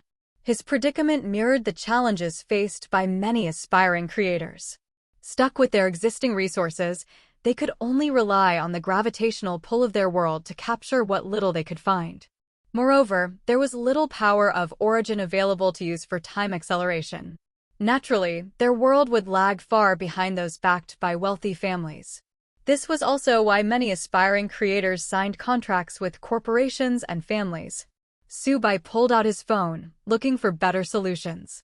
As soon as he powered it on, a flurry of notifications sounded, numerous messages flooded in. Upon checking, most were from the consortiums and families attempting to court him. One particular message caught his eye. It was from Shanghai Corporation. The name sounded familiar, so he opened it to take a look. The content was rather humorous. Dear Subai, I am Manager Wang, the one who previously attempted to purchase your world. After hearing about your miraculous overnight expansion, my superiors are furious and say I'm blind. I'm a fool, a petty person. Please don't take it to heart. The company has informed me that without your forgiveness, I will be dismissed and blacklisted throughout the industry. Please let me off the hook. I've come bearing gifts to your old residence, but it seems you've already moved out. Please give me a chance to apologize. I have family to support, and I'm counting on this month's salary to buy rice. I can't afford to lose this job. The rest of the message was filled with flattery and desperate pleas. So this is the guy who wanted to buy my world for 100,000? After reading it, Subai felt no stirrings in his heart and even found it amusing. He promptly blocked him. As he revealed his potential, many companies had tried to woo him. The previous worker's desperate apology resonated deeply with him. Even in poverty, I must not join a corporation or family. The principal warned me that cooperating with them is like seeking skin from a tiger. Subai glanced back at the Tianyuan realm. The rhinoceros beasts were rapidly expanding the world like ants moving homes. It had now grown to 130 kilometers. As time passed, the nearby space fragments were picked clean, and their speed was slowing down. Thinking for a moment, he picked up his phone again. He typed a question in the group chat. Have any of you experienced a bottleneck? If there are no meteorites nearby to consume and the world stops growing, what are some good solutions? The great Subai has finally spoken. Has your world fragment been fully digested? I've just started cultivating my subordinates and teaching them to use fire. I'm nowhere near that stage yet. Worship the Great One. His appearance stirred up quite a reaction. Many people began inquiring about the world fragments. Among them, someone provided advice that caught his attention. Shi Qianen commented, I didn't expect you to develop to this point. Usually, when creators have scavenged the surrounding resources, they go to the Creation Association to take on missions. They go to cleanse the infected other worlds and eliminate all enemies. But that requires opening a dimensional gate, letting their subordinates cross over in their true forms. If they die, it's permanent, and the other world will only become fertilizer for their own world. If the mission fails, not only will you lose the passage fee, but your world's origin will also significantly decrease. Only Tier 2 medium worlds qualify to take on such challenges. Especially since the entrance exams are approaching. If you suffer major losses, it could affect your entire life. I suggest you tread carefully. That world fragment is enough for you to digest. God is sure, your kindness towards the enemies is admirable. Your magnanimity is commendable. Truly worthy of being the twin goddesses of First High, what a lovable pair. So she's the goddess Shi. This year's favorite to win in the district competition was indeed Shi Qianyan and Mei Wanqing from First High, both known as the twin goddesses. Subai replied with a simple thank you. The suggestion from the other party opened up a new avenue of thought for him. While others might find the challenge of the other world extremely dangerous, they also had to be careful not to be infected by the laws of that world, or risk being corrupted by magic. There could also be other unpredictable dangers. But he had a simulator. Even if there were risks, he could avoid them one by one. The Creation Association? That sounds like a good place. Subai's eyes sparkled as he contemplated his next move. His current strength was still too shallow. He needed to increase his power significantly before accepting any missions. Reaching 500 kilometers with a Tier 1 world was the limit. He needed to solidify his area to at least 200 kilometers before tackling any tasks. As he was deep in thought, he suddenly felt a jolt in his consciousness. Something significant was happening in the Tianyuan realm. The heavenly origin world had grown to 150 kilometers. The ocean was 4 times larger than the land. Though small, the sparrow had all its organs. At the small volcano triggered by the Doomsday card earlier, a group of dinosaur people gathered. Is it not out yet? It needs more time. Unless the volcanic eruption from memory is replayed, it may not survive. Then let's add some fire. Led by the Destruction King Dragon, the primitive dinosaurs unleashed dragon flames towards the giant egg submerged in lava. As time accelerated, the fiery red dragon egg had grown to a size of 5 meters. It floated amidst the lava, its entire surface burned to a bright red. Through the eggshell, faint shadows of a dragon could be seen inside.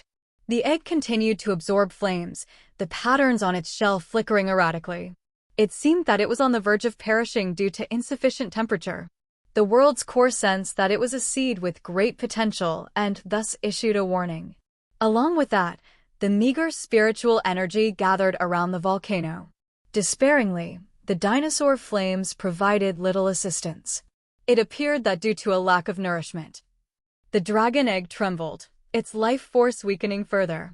It has received the blessings of the myriad worlds. Seeing this, Subai pondered for a moment. He raised his hand and used his most precious faith power to sprinkle over the egg. A brilliant 9-colored rainbow fell from the sky, directly landing on the volcano's peak. In an instant, it illuminated the dragon egg. The flames on the eggshell surged, and its life force skyrocketed. What is this? The Destruction King Dragon and the 3rd-generation leader of the dinosaur people were startled. Thinking that an unexpected event had occurred, they carefully investigated.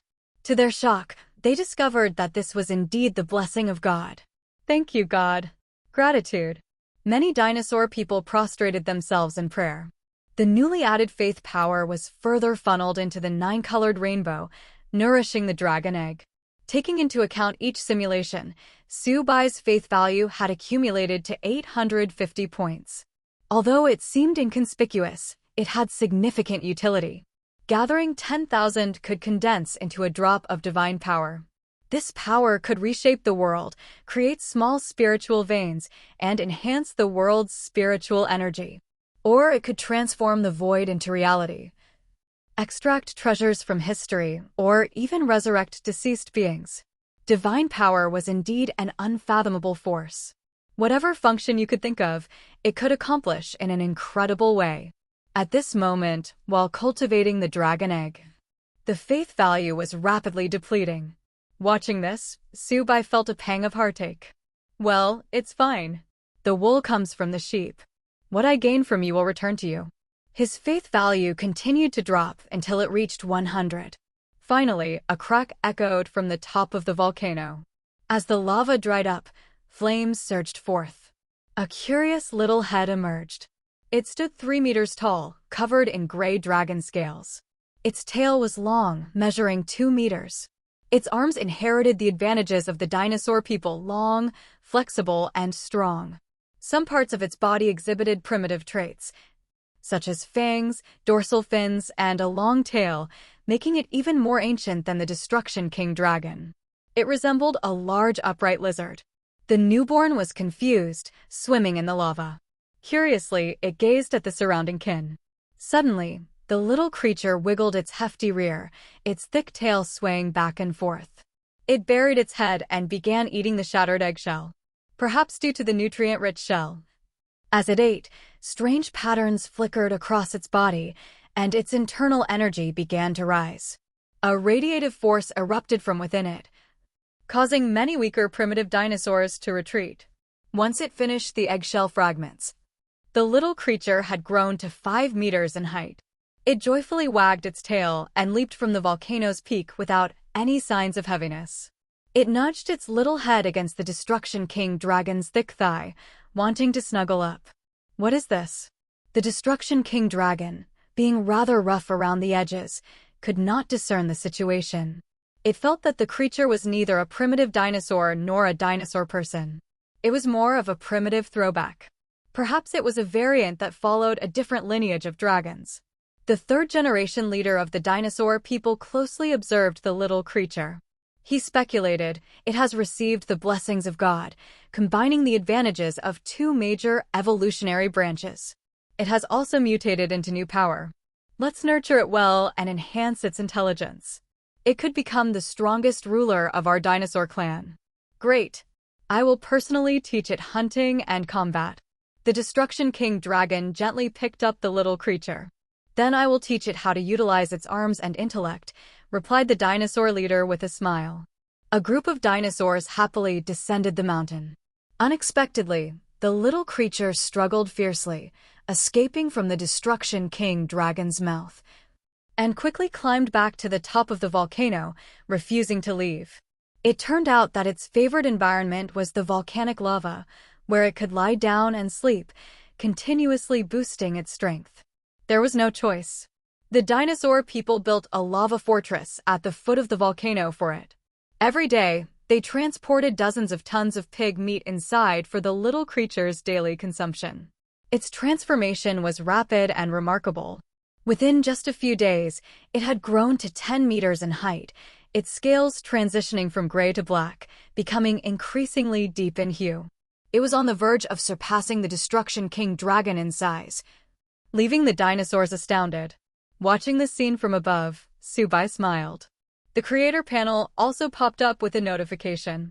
Important log. Under the enhancement of your divine power, the mutated creature, Mini-Ra, has been born. Note: this is a brand new species, currently the first of its kind in the world, atomic dinosaur. It possesses extraordinary potential, and the world's core places great importance on it. Could it truly be the legendary monster? From what I see, it still looks quite ugly. It needs to be nurtured properly. Subai observed for a while, then turned his attention to the giant apes, which had also received blessings from the myriad worlds. The giant apes had been assigned to the southern forests, where they were currently struggling to survive. Unlike the mini-Lala of the heavenly favored, the giant apes lived in dire straits. Although they were massive, what animal wasn't large in this era? Even the meat pigs weighed dozens of tons and could easily kill a giant ape if they charged at it. Fortunately, the apes were omnivorous and could eat anything. Along their journey, the giant apes would sneak glances at the dinosaurian castles. Occasionally, they would steal a few weapons, enhancing their hunting capabilities. Some clever giant apes even attempted to craft spears and other tools, transitioning from using simple stones to experimenting with metal smelting. However, the best metal veins were already claimed by the dinosaurians. The giant apes still had little room for development. If it weren't for the divine oracle, it was likely that the dinosaurians would have expanded into the southern forests, leaving the giant apes without a means to survive. The rise of a race requires the right timing. Subai observed for a moment before retracting his gaze. With time acceleration in effect, the super beasts tirelessly collected fragments. The space around them was filled with various meteorite shards. Occasionally, they came across unidentified metal debris, severely dehydrated corpses, and various mysterious ice blocks, which, upon investigation, turned out to mostly be the urine of unknown creatures. Among these, the ice blocks were the most welcomed by the rhinoceros beasts. It was like opening blind boxes, as some ice blocks contained rare elements that supplemented what the Tianyuan realm lacked. So far, the luckiest find had been meteorite number 1. The Tianyuan realm had now grown to 160 kilometers. All the intelligence gained from the last simulation had been fully utilized. However, the rate of growth was slowing down. The super beasts not only needed to travel far to gather resources, but also faced increased dangers. Collecting these resources was becoming a losing game. Nearby resources had been exhausted.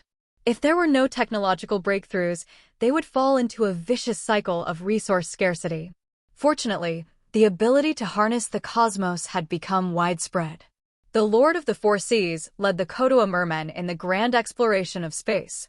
Though the fishmen were aquatic creatures, their strength diminished in space. However, the Lord of the Four Seas seemed uniquely suited to the cosmos for some unknown reason. Its tentacles proved immensely helpful. Strangely, The deeper they ventured into space, the more the Lord of the Four Seas could hear a voice echoing in its mind. The voice beckoned it further into the universe. What was originally expected to take 500 years to gather was now reduced to just a few decades. Explore towards Mars. Be wary of any artificial traces along the way. During their explorations, the super beasts unexpectedly discovered some metal fragments that had fallen recently. Subai noted this as well.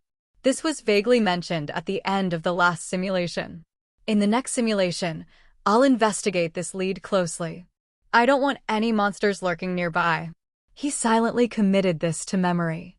Meanwhile, the Dinosaurians were diligently constructing space tools as instructed, but they hadn't made any groundbreaking achievements.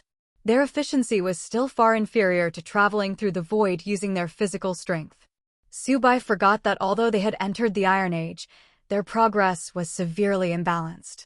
They took shortcuts, excelling in weapon and armor manufacturing, as well as combat. Even if they encountered medieval magical factions, they could still triumph. However, when it came to research and intricate tasks, they were like dinosaurs in peril. What made him laugh was that his earlier words had come true. In their journey through space, a small team of 5 had inadvertently activated the talent of the worlds of all. They formed the Interstellar Dinosaur Team and dubbed themselves Overlord Dragon, Soarback Dragon, Sky Dragon, Triceratops, and Ironclad Dragon. Each one was a different color and possessed considerable knowledge about the universe. This resonated with an old animated series he remembered. Better than nothing. The Dinosaurians might have reached their developmental peak. They preferred collaborating with the primitive dinosaurs to study combat techniques. Among them, the mini Lala had grown to 20 meters long. Lying dormant in a volcano, it could no longer absorb strength. Now it was exploring space along with the larger group. To everyone's surprise, outside the world barrier, the mini Lala's rate of consumption had increased tenfold. It was rapidly absorbing cosmic radiation. In space, its cultivation was progressing at an astounding rate. After a few years of training, it had grown to 50 meters tall. With its powerful tail, it had become the strongest warrior among the dinosaur clan. However, the little creature still had the mindset of a 10-year-old, lacking decisive thoughts. As it grew, its status became increasingly revered. The Dinosaurians hailed it as the Holy Beast. With more Dinosaurians following it, they too began to be influenced by the radiation, resulting in unknown mutations. Some even grew a second head, while others became infused with flames, enhanced by the radiation. Thus, it amassed even more followers, known as the Flame Dragon Knights. The original dinosaur faction, led by the Lord of Destruction, had been subtly vying for influence over the Dinosaurians. However, ever since the little creature's birth, they had collectively recognized it as their leader. In fact, the super beasts were not too pleased and wanted to compete with the little creature. But the moment the little creature flicked its tail, it sent the super beast flying into the air. Even its most prized strength was no match for the little one's atomic breath. Had the little creature not held back, the super beast knew it would have certainly met its end. This defeat was a heavy blow, leaving the super beast despondent. Are we truly insects lagging behind the times? It sulked in the universe, seeking a new direction for its race. Log. The mini Lala absorbs cosmic energy and is naturally unafraid of extreme environments, having grown into baby Godzilla and has cultivated a group of followers. Note: its intellect has not yet matured, it remains in its juvenile phase. Due to a lack of energy resources, its growth is extremely slow. So it really is Godzilla, I'll have to focus on cultivating it. With the validation of his guesses, Subai felt a surge of joy. At present, it was unclear which version of Godzilla it would belong to.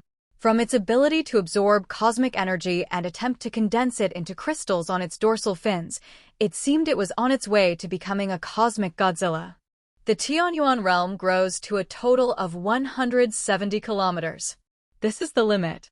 The scary empty space in near space was swept away. The feat of opening Yingwaxing has not been able to break through. It can only be captured by the world's gravity. In this simulation, we must try our best to explore the dangers of nearby star fields. Su-bai recalled the God simulator. According to the information he looked up at school, at present, Tainuanji is in the Beidou star field, the lowest dimension. Notoriously remote and poor. It's in the same place as planet Hulk. Most of the human forces have not yet expanded here and are in a wild period. Therefore, there are also many hidden Zerg and cosmic creatures. He estimated that those metal traces were left by alien creatures. From the clues, they have a lot of civilization. To prevent someone from being confused, Su-bai also specially descended oracles to tell all intelligent beings. The great creator is about to use his divine power to start a great deduction again. And let them explore the universe as much as possible and find out the crisis in the deduction. Praise God, time is a river under your command. Take it at will. Life and death are your authority, change at will.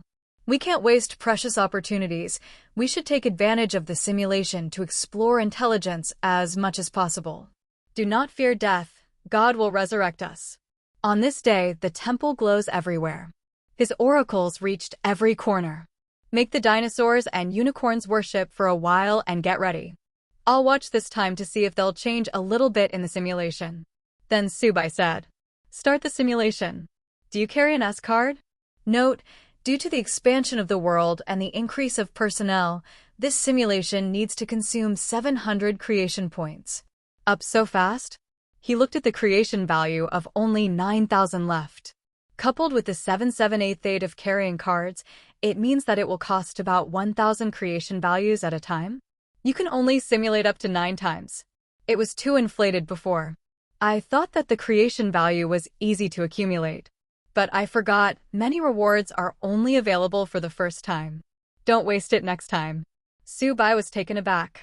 But this time he still carried the S card. It's the last time. If you haven't figured out how to use it yet, then you can use it later when you have a chance.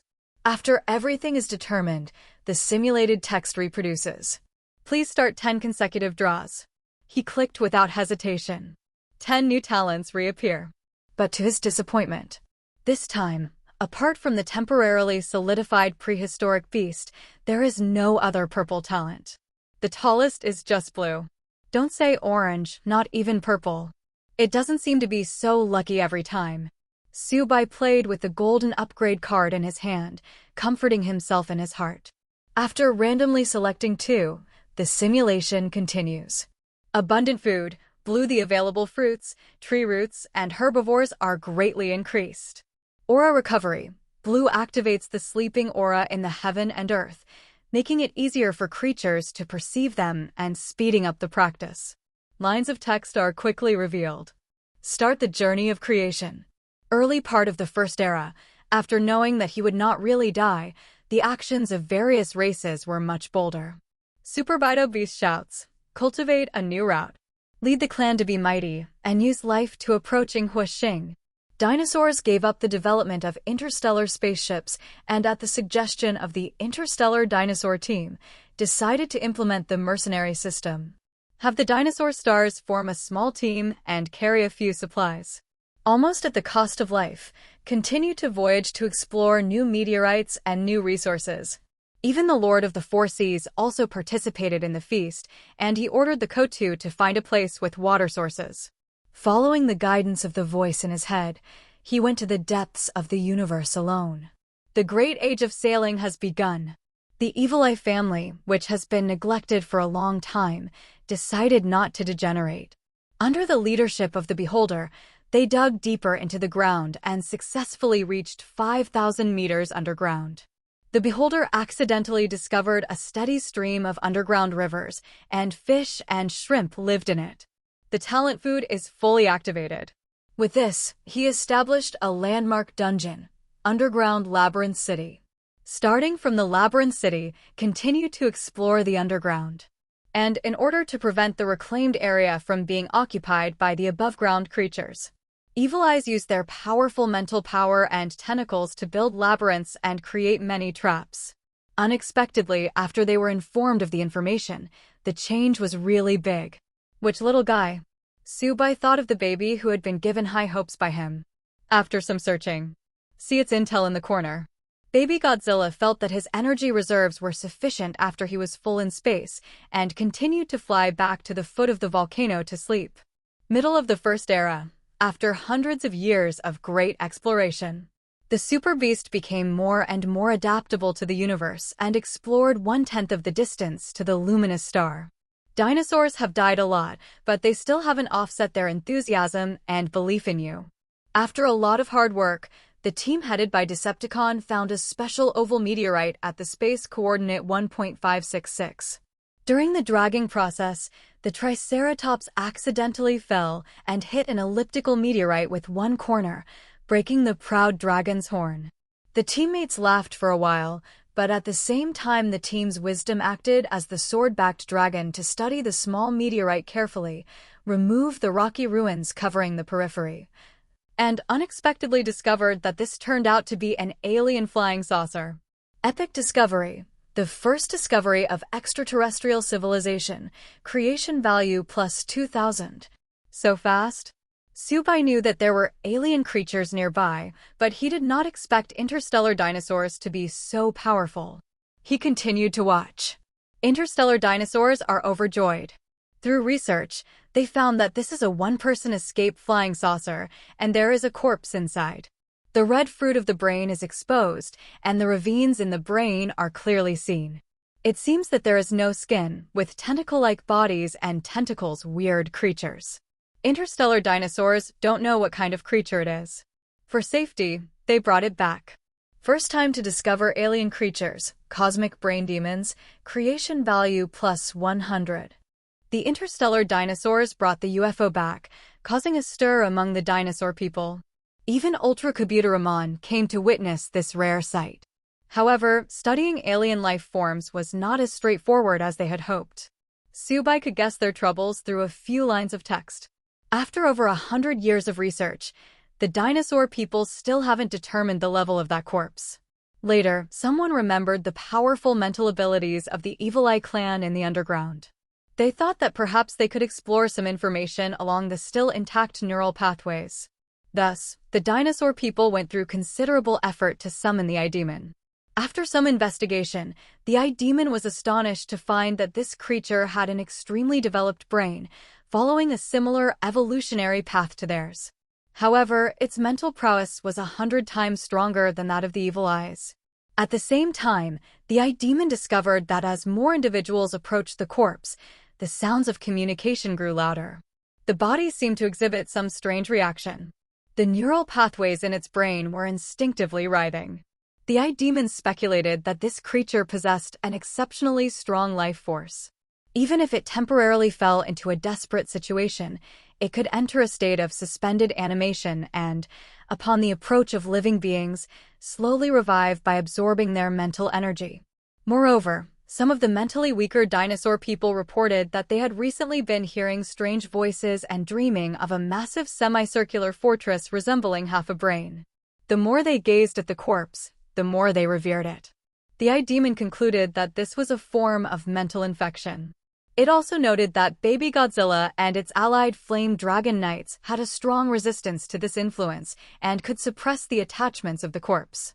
They speculated that it might be due to their inherent radiation. For safety, the corpse was sealed at the top of the volcano. The damaged UFO was handed over to the Eye Demon clan for study, and Ultracabuteramon also discovered that the craftsmanship on the UFO matched the style of the metal fragments they had previously found. The two had a very close time frame. Sensing the pressure from nearby enemies, all tribes felt the heat rise. The interstellar dinosaurs continued to investigate in the direction where the UFO was discovered. Just as Subai continued to read, a reminder appeared. The Lord of the Four Seas became lost in the universe and inadvertently comprehended the purple talent, Cthulhu's Whispers. It instinctively realized something was wrong and quickly fled back to the heavenly origin world. Anxious, the Lord of the Four Seas recalled that meteorite once again. Upon returning to the ocean, it discovered that the chaotic mental shock could infect the surrounding Kodao fishmen. It attempted to seal itself at the bottom of the sea, but to little effect. It unexpectedly found that being close to the alien brain could alleviate much of its mental stress.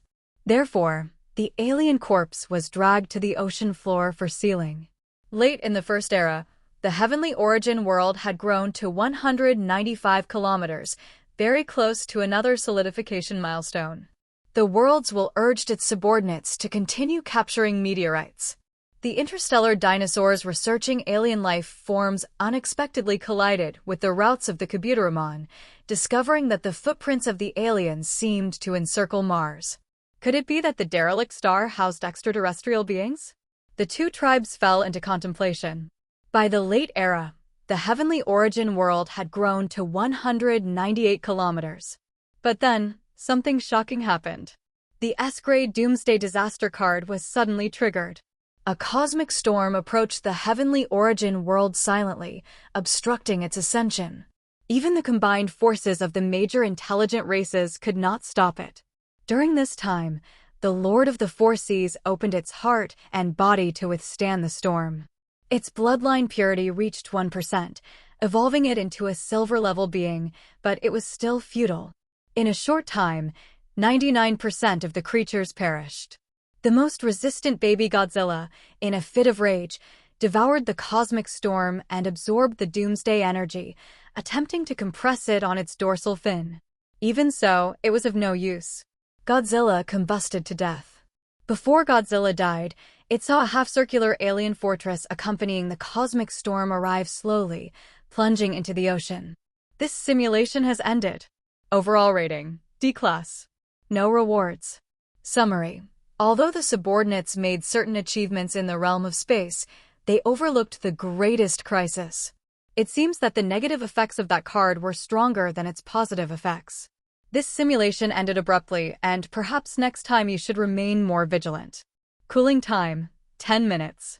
Perhaps due to contact with extraterrestrial civilization. This time there was an evaluation, but regrettably. The simulation came to an abrupt halt, again because of the S card? Wait a minute, the last time it waited until the second era for significant effects. Why did it happen so soon this time? Subai furrowed his brow, vaguely sensing a pattern. Moreover, based on the last sentence of this summary, it seemed there were already enemies targeting him, even if the cosmic storm had not arrived. Or rather, could that storm itself have been brought by them? Pondering over this enigma, Subai left the problem for the next simulation. Please choose one talent from the following options to solidify. Subai thought for a moment and decided to solidify the prehistoric behemoth once again. This time, what surprised him was that the alien corpse was no longer on the list. He vaguely speculated in his heart. Just as the Demon studied, when the corpse of this brain monster was brought back, it automatically absorbed much mental energy, like a fish encountering water while hibernating, slowly reviving. Moreover, it should have a special connection with its kin. Brainwaves? In any case, the arrival of that alien fortress was not a coincidence. He chose not to solidify any item, also saving on creation value. The biggest gain from this simulation was that the Lord of the Four Seas had awakened Cthulhu's call. With the awakening of its bloodline, Subai felt that something was watching over his treasure. Subai turned his gaze to the world. It remained at 170 kilometers. At this time, the dinosaur people were in a frenzy. For them, it was as if many memories had suddenly flooded into their minds. They had a particularly deep impression of some special information. This is the means of the great creator? Hey, I still remember the location of that UFO. Although it's a bit far after one experience, I'm sure I can bring it back more quickly. Seeing the group of dinosaurs become restless again, Subai promptly issued a divine decree. Be wary of the cosmos. That UFO hides danger. Temporarily avoid it. Once you gather more information, we can retrieve it. Naturally, no one disobeyed his words. During the 10 minutes of cooling time, Subai accelerated the time flow again, allowing them to retrieve the space debris they had previously explored. He aimed to upgrade the world as much as possible. As for himself, he returned to reality and began searching for information on the cosmic brain monster using his phone. The cosmic brain demon is a cruel, cold, and extremely cunning cosmic creature, and it is a major enemy of human civilization. At the same time, It is a common enemy of all intelligent beings. They take the form of a deformed brain, equipped with tentacle-like bodies, which is merely for the convenience of manipulating tools. According to the brain demon's own account, its true form is a computing chip within the brain. High-level brain demons vary in form, but they all modify various auxiliary weapons based on their brains. The brain demon chip is extremely popular on the market. The cheapest bronze-level chip has a computing power that exceeds that of 1,000 of the most advanced computers. Its price is no less than 10 million. The higher the grade, the more it multiplies. However, the brain demon also has an incredibly strong vitality. It can absorb the mental energy and souls of others to strengthen itself. In dire situations, it can fall into a state of apparent death. When there is intense psychological activity nearby, it will absorb the overflowing mental energy to revive itself. Special attention should be paid to the fact that cosmic brain demons are extremely good at forming groups. They communicate in a manner that is currently undetectable by human probes. Scientists speculate that it might be through dimensional radio waves. 50 years ago, an overseas research institution captured a gold-level brain demon alive for study, but unexpectedly summoned a saint-level brain demon, leading an army to retrieve it. This resulted in the explosion of over 100 worlds and the deaths of millions of beings. Therefore, when encountering brain demons, do not think about capturing them alive. The best solution is to kill them as soon as possible. Be especially wary of their mental infection and brainwashing techniques. However, their weaknesses are also quite apparent. Their frail bodies make them far weaker than creatures of the same level, as they direct all their nourishment to their brains. After reviewing the dense material, Subai finally gained a preliminary understanding of them. They are extremely extreme creatures, and even in the cosmos, they are quite troublesome. Moreover, according to the introduction, the influence of the brain demons has spread to different star regions, establishing numerous empires. Their main base is in the cosmic brain star region. There are likely true divine-level brain demons among them. He felt a chill run down his spine, especially at the last line of the information, which made him furrow his brow even more. Please note, cosmic brain demons bear grudges. If you plan to deal with them, it is best to strike with a single effort and eliminate them in the shortest time possible. Never give them a chance to call for help, or you will face endless retribution. From the looks of it, the best solution is to let them continue floating around. He pondered for a while.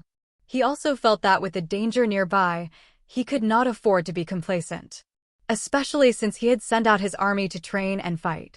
What if they awakened during this time and summoned their forces to attack the Tianyuan realm? Eradicating the crisis at its source is the only way. He couldn't shake the feeling that the previous cosmic storm had come too suspiciously. Notably, the information mentioned that the brain demons had developed various high-tech weapons, one of which was the storm oscillator. It was regarded as a nemesis for small-scale worlds. If blown by a storm, they would either suffer severe injuries or die. He needed to investigate further. As the cooldown time approached, Subai furrowed his brow and immersed his consciousness back into the star sea. Upon entering, a series of alert sounds greeted him. Log, while you were away, time continued to accelerate. 10 years have passed. Thanks to the tireless efforts of the super beasts, the Tianyuan realm has grown to 190 kilometers. Growth has reached another threshold. Without external assistance, it can only slowly grind forward using gravitational pull. The power of origin is depleting quickly. Subai glanced at the world and let out a small sigh. As far as he knew, the pinnacle of a Tier 1 world is a land area of 500 kilometers. After that, there is a final leap to evolve into a medium-sized world. From the looks of it, there was still a long way to go. He also noticed that as his subordinates grew stronger, especially after the Lord of the Four Seas advanced to a silver-level creature, the consumption of spiritual energy and essence was increasing rapidly. In recent years, the newly born dinosaurians and super beasts had much less potential than before. It was evident. It was just like a piece of land that could only grow a limited number of large trees. A few powerful beings had already occupied too much of the world's essence.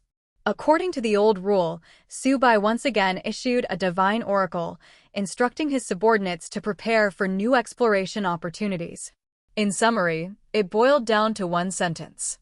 Do not fear death, give it your all. The followers led by the evil eye referred to each simulation as the rite of life and death. With each simulation, it was as if they experienced a reincarnation, gaining numerous memories.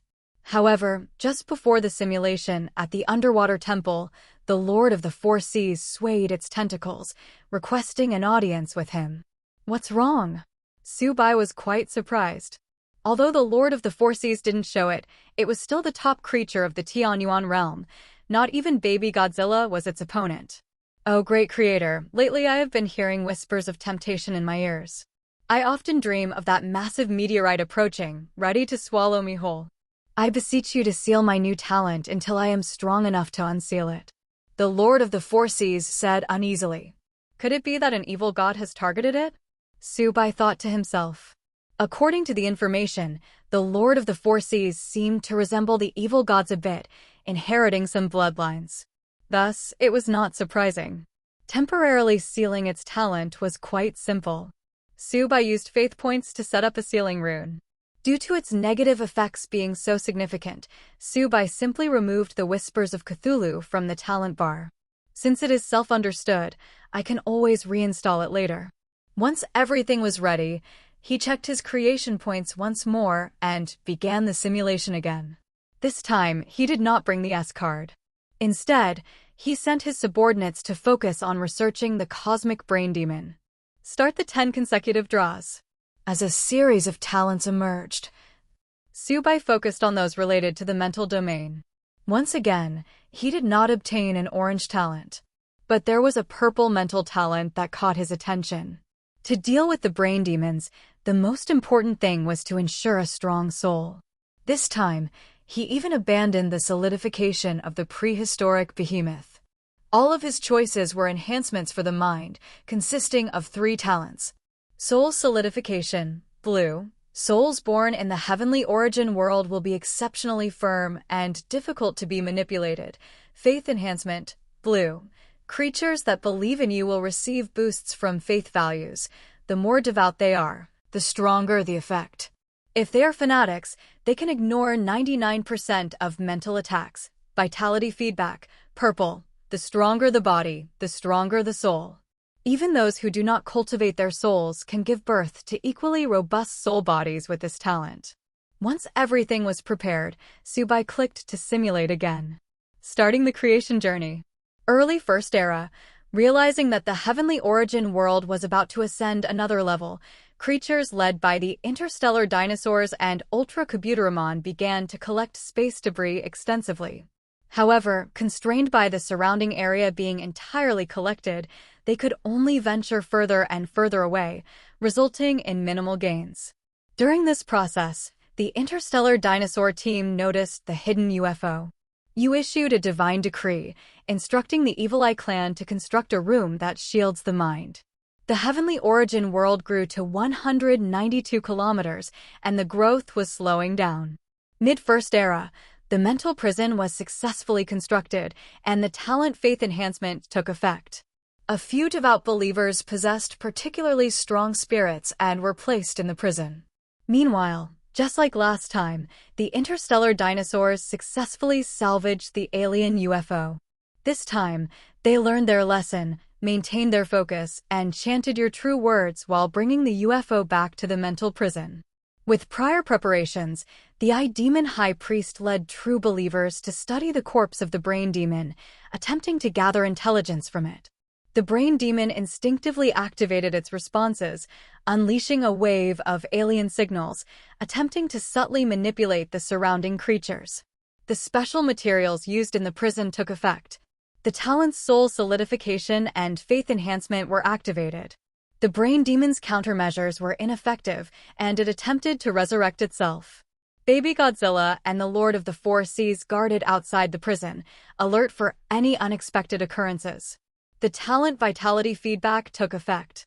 A small dinosaur and tentacle monster's soul body stood guard, suppressing the brain demon's resurrection.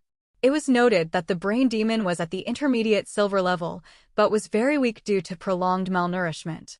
The eye demon's research hit a roadblock, as the brain demon's cerebral grooves seemed to have some seal preventing outsiders from peeking. With no other options, they resorted to using corrosive soul potions to soak the alien brain. Through extreme measures, some mental fragments were spilled out. The eye demon captured a few keywords: Big Dipper Star Region, Strange Red Star, Exploration, Advanced Team, Failure, Temporary Base in the Meteor Belt. It was greatly invigorated, gathering the strength of the entire clan to study the spilled mental energy, focusing particularly on which star the red star was and the location of the meteor belt. Late First Era. After centuries of research, the eye demon suspected that the red star repeatedly mentioned by the brain demon was indeed Mars. It conjectured that this seemed to be their target, but for some reason, they suffered heavy losses. The meteor belt was over 20 million kilometers away, situated exactly between the heavenly origin world and Mars. According to the mental fragments, it contained countless types of meteor fragments and space debris, a veritable treasure trove. However, it had also become a temporary base for the brain demons, who lay in wait within the meteor belt and had set up mental traps to consume all light and perception. Even passing nearby would cause one to overlook them. The news about the meteor belt was exhilarating. As the eye demon attempted to ascertain its specific coordinates and the strength of the other brain demons, the brain demon's brain exploded like a bomb. Blue blood splattered in the prison. The eye demon felt a twinge of anxiety. Although the specific coordinates were not clarified, through a period of research, the eye demon judged the approximate location of the meteor belt. It dispatched interstellar dinosaurs and ultra-computeramon to shorten the exploration range within that vicinity. End of the First Era. After centuries of exploration, the meteorites brought back by ultra-computeramon grew increasingly larger, often requiring cooperation with the dinosaurs to retrieve them. They sensed something unusual, realizing that the probability of finding space treasures was increasing, indicating they were nearing the meteor belt. Through their tireless efforts, the heavenly origin world grew to 200 kilometers. Successfully solidified. Reward, creation value plus 500. Finally succeeded. Subai breathed a sigh of relief upon seeing this. He wondered how many of his peers had such an area at this moment. Excluding those cheating second-generation gods, this area alone could compete for the top spot in the province, right? The happiness was extreme, but so was the sadness. Not long after the heavenly origin world ascended, a semicircular fortress emerged from an unremarkable meteor, heading straight for it. Accompanying it was a cosmic storm. The Lord of the Four Seas, sensing the anomaly, became furious and engaged in battle with the fortress. Waves of shockwaves erupted, causing heavy casualties among the dinosaur people and Kabuteramon. What was even more unexpected was that the fortress itself was a magnified brain, equivalent to a super mental amplifier. At least 5 silver-level and over 100 bronze-level brain demons appeared, and the massive mental shockwaves reverberated throughout the heavenly origin world. Even with talent enhancements, 99% of ordinary creatures could not withstand it and perished. The most formidable, the Lord of the Four Seas and Baby Godzilla, attempted close combat, launching a death charge. Unexpectedly, a high-level silver brain demon appeared inside the fortress, using machinery to amplify its mental power tenfold, condensing it into a beam that forcibly exploded their heads. Several leaders were killed without resistance. This simulation has ended. This simulation evaluation, D-Class. Cooling time, 20 minutes. Summary. Although the overall outcome was a failure, many pieces of information were still gathered, and the loot was consolidated. Keep pushing forward. Still can't avoid the outcome of being killed. There's actually a group of brain demons hiding not far from me. Subai exhaled a breath of frustration. He pondered, bewildered, about why those brain demons had come such a long way. That semicircular fortress was key. It could amplify the power of the brain demons dozens of times. From the information gathered so far, there were at least 5 ordinary silver brain demons and 1 high-level silver brain demon inside that fortress. On top of that, their mental powers could combine. Using technology, they could unleash power far exceeding that of their counterparts. Subai had thought his Dragon Knights and Kabutoramon were strong, but he hadn't expected to encounter an overwhelming combination of technology and soul, which left them utterly defenseless. They are taking an extreme approach. If we can strike first, sneaking in for a surprise attack, we might still have a chance, he mused. His main uncertainty was how that fortress had discovered them. Was it due to the self-detonation of the Brain Demon's corpse? Or did they trigger an alarm by getting too close to the meteor belt? Subai felt it was more likely that the corpse's self-detonation had transmitted some information. As he contemplated this, the text began to summarize. Please choose one talent to solidify from the following options. Considering that the primary enemy was the Brain Demons, Subai opted to solidify vitality feedback. Without this talent, Godzilla and Ultra Kabutoramon would face significant disadvantages. Please select from the following options to retain. In the extraction panel that followed, Subai was astonished to find a silver-level Brain Demon chip. He quickly checked the details. Brain Demon chip, silver level, a famous computing artifact in the universe. It not only enhances mental capabilities, but also acts as the CPU of a computer. Highly sought after, but simultaneously discovered to be the one who killed its kin. The Brain Demons may come back for revenge. Note, if this item is extracted, that Brain Demon will die prematurely in reality. Required creation value, 5,000. If I take this out now, wouldn't that half-dead Brain Demon die in the UFO without even the Heavenly Origin world knowing? An idea struck Subai. It always transmits messages just before dying, causing alarm.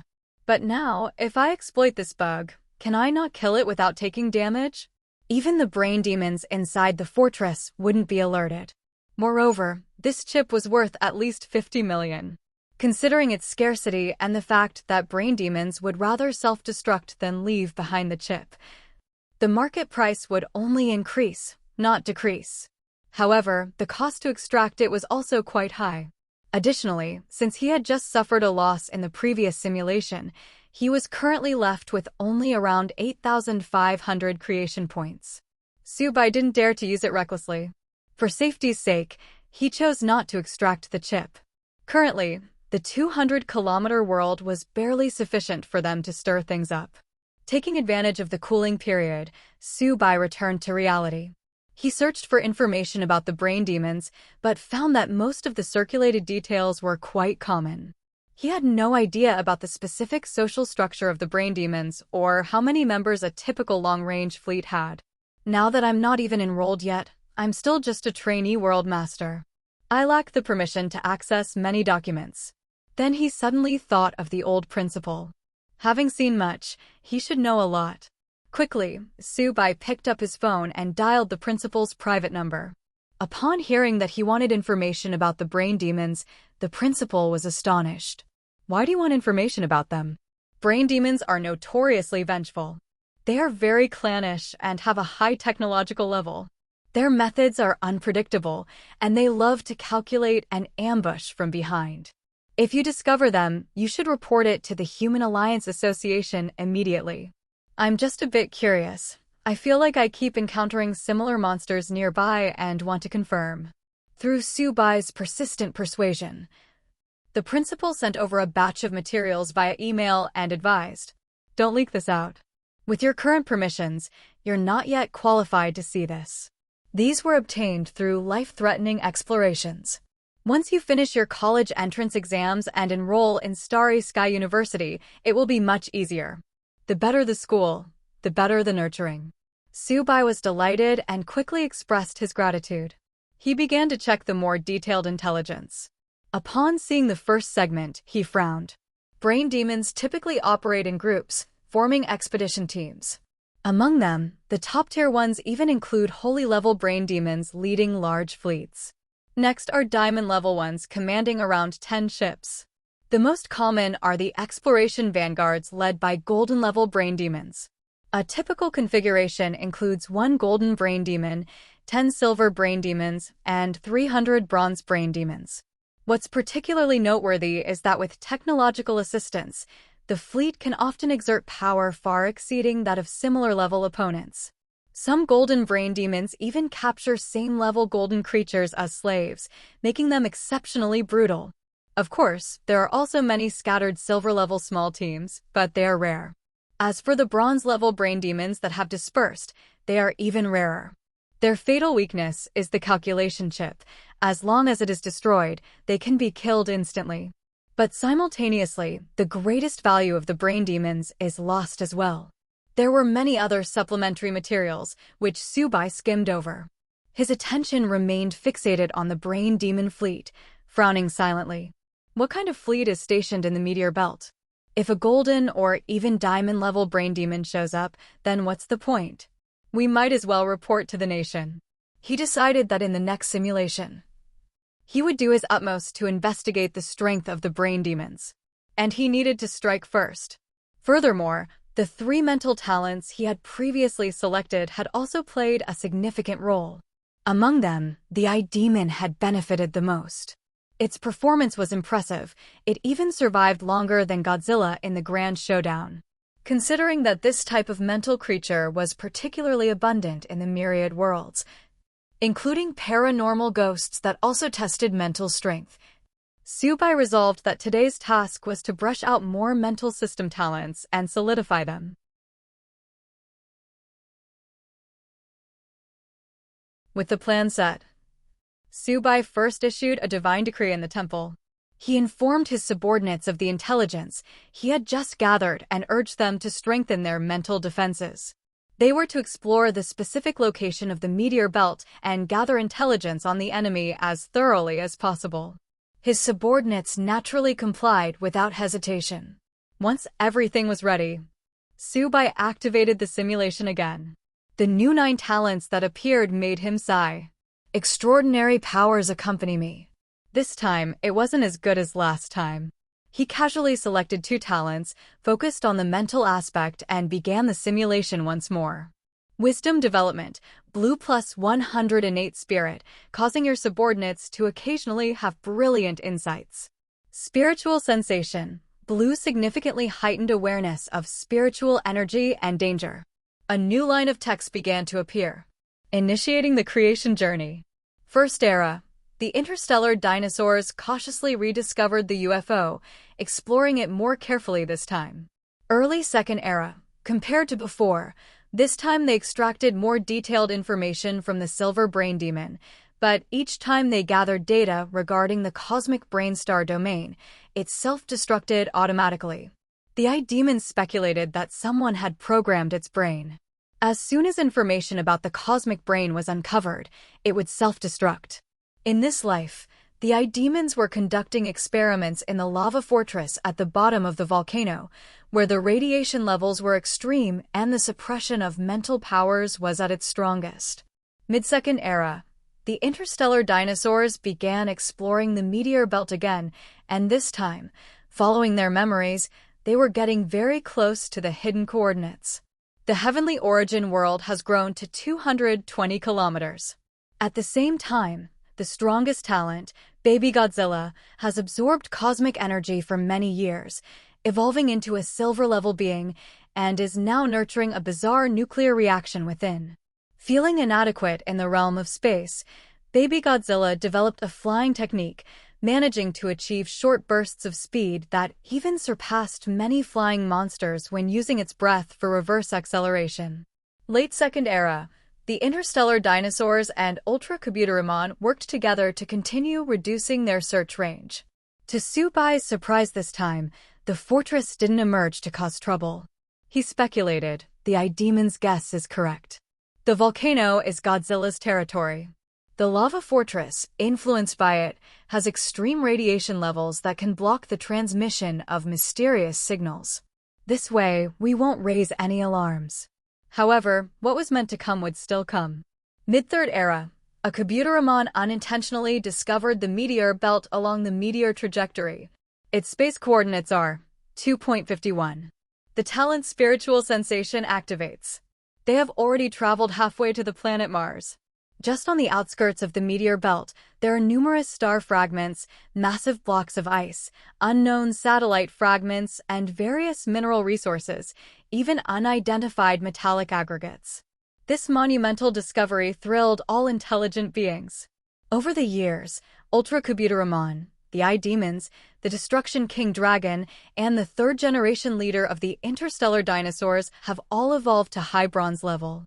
But despite their efforts, they haven't broken through to silver and are even struggling to reach the pinnacle of bronze.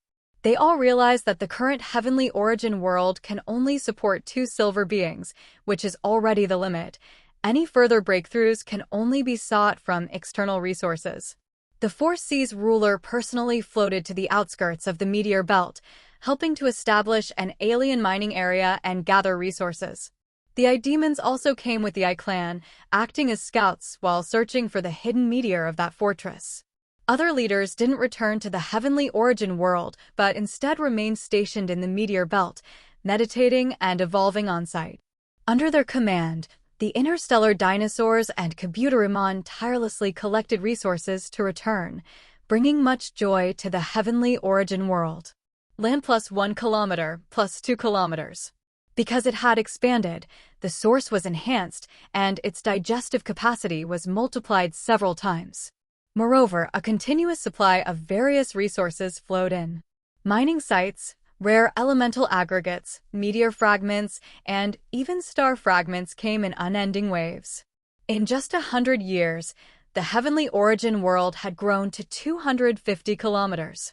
Several leaders even evolved to the pinnacle of bronze. They began to aim for the silver level. Great! Discovering the meteor belt is akin to finding a treasure. As long as we can evolve to 300 kilometers, we'll be able to solidify again. While Subai eagerly awaited this. By the late Third Era, the heavenly origin world had grown to 280 kilometers, just as it was about to reach the critical point. Unexpectedly, by chance, one of the strongest interstellar dinosaurs, the Spinosaurus, discovered a meteor that was the hidden fortress. Even worse, the fortress awakened and began to retaliate. Late Third Era, the alien fortress activated its secret weapon, and a cosmic storm originated from it, intensifying as it swept toward the Four Seas ruler and others. The meteor belt mining area, which the dinosaurs had operated for 100 years, was swept clean. Fortunately, because they discovered it in time, they extinguished the storm before it could grow larger. According to the calculations of the Eye Demons, if the storm continued to brew, once it reached the heavenly origin world, it would evolve into a terrifying disaster capable of erasing golden creatures. The Four Seas ruler, Baby Godzilla, and Ultracubuteramon, filled with resentment over new and old grudges, began attacking the fortress. Caught off guard, many weapons of the fortress had yet to be deployed before they were dismantled. Consequently, 5 silver brain demons and over 100 bronze brain demons unleashed their most primitive mental shockwaves. The talent vitality feedback activated. Several leaders, possessing extraordinary resistance, quickly approached. Many brain demons were killed, with 1 silver brain demon wrapped in the Four Seas ruler's tentacles, absorbing its brain matter and dying. The Four Seas ruler suddenly felt smarter, even activating suppressed talents, enabling it to absorb more knowledge. Another low-level silver brain demon was killed by Baby Godzilla, which also devoured it, causing Baby Godzilla's dorsal fins to brighten, gaining insight into energy storage on its back. In a furious rage, that high-level silver brain demon retaliated. This time, the Eye Demon, having anticipated the attack, used the mental disruptor it had previously constructed to weaken the attack. Additionally, due to the hasty timing, the fortress had not completely neutralized it. This mental attack was significantly diminished.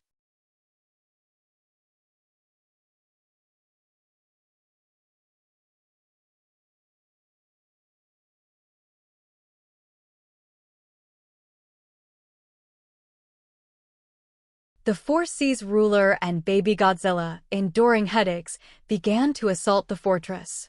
However, the opposing force was a high silver brain demon, 2 levels higher than them, and coupled with the occasional illusions invading their minds, they still found themselves at a disadvantage.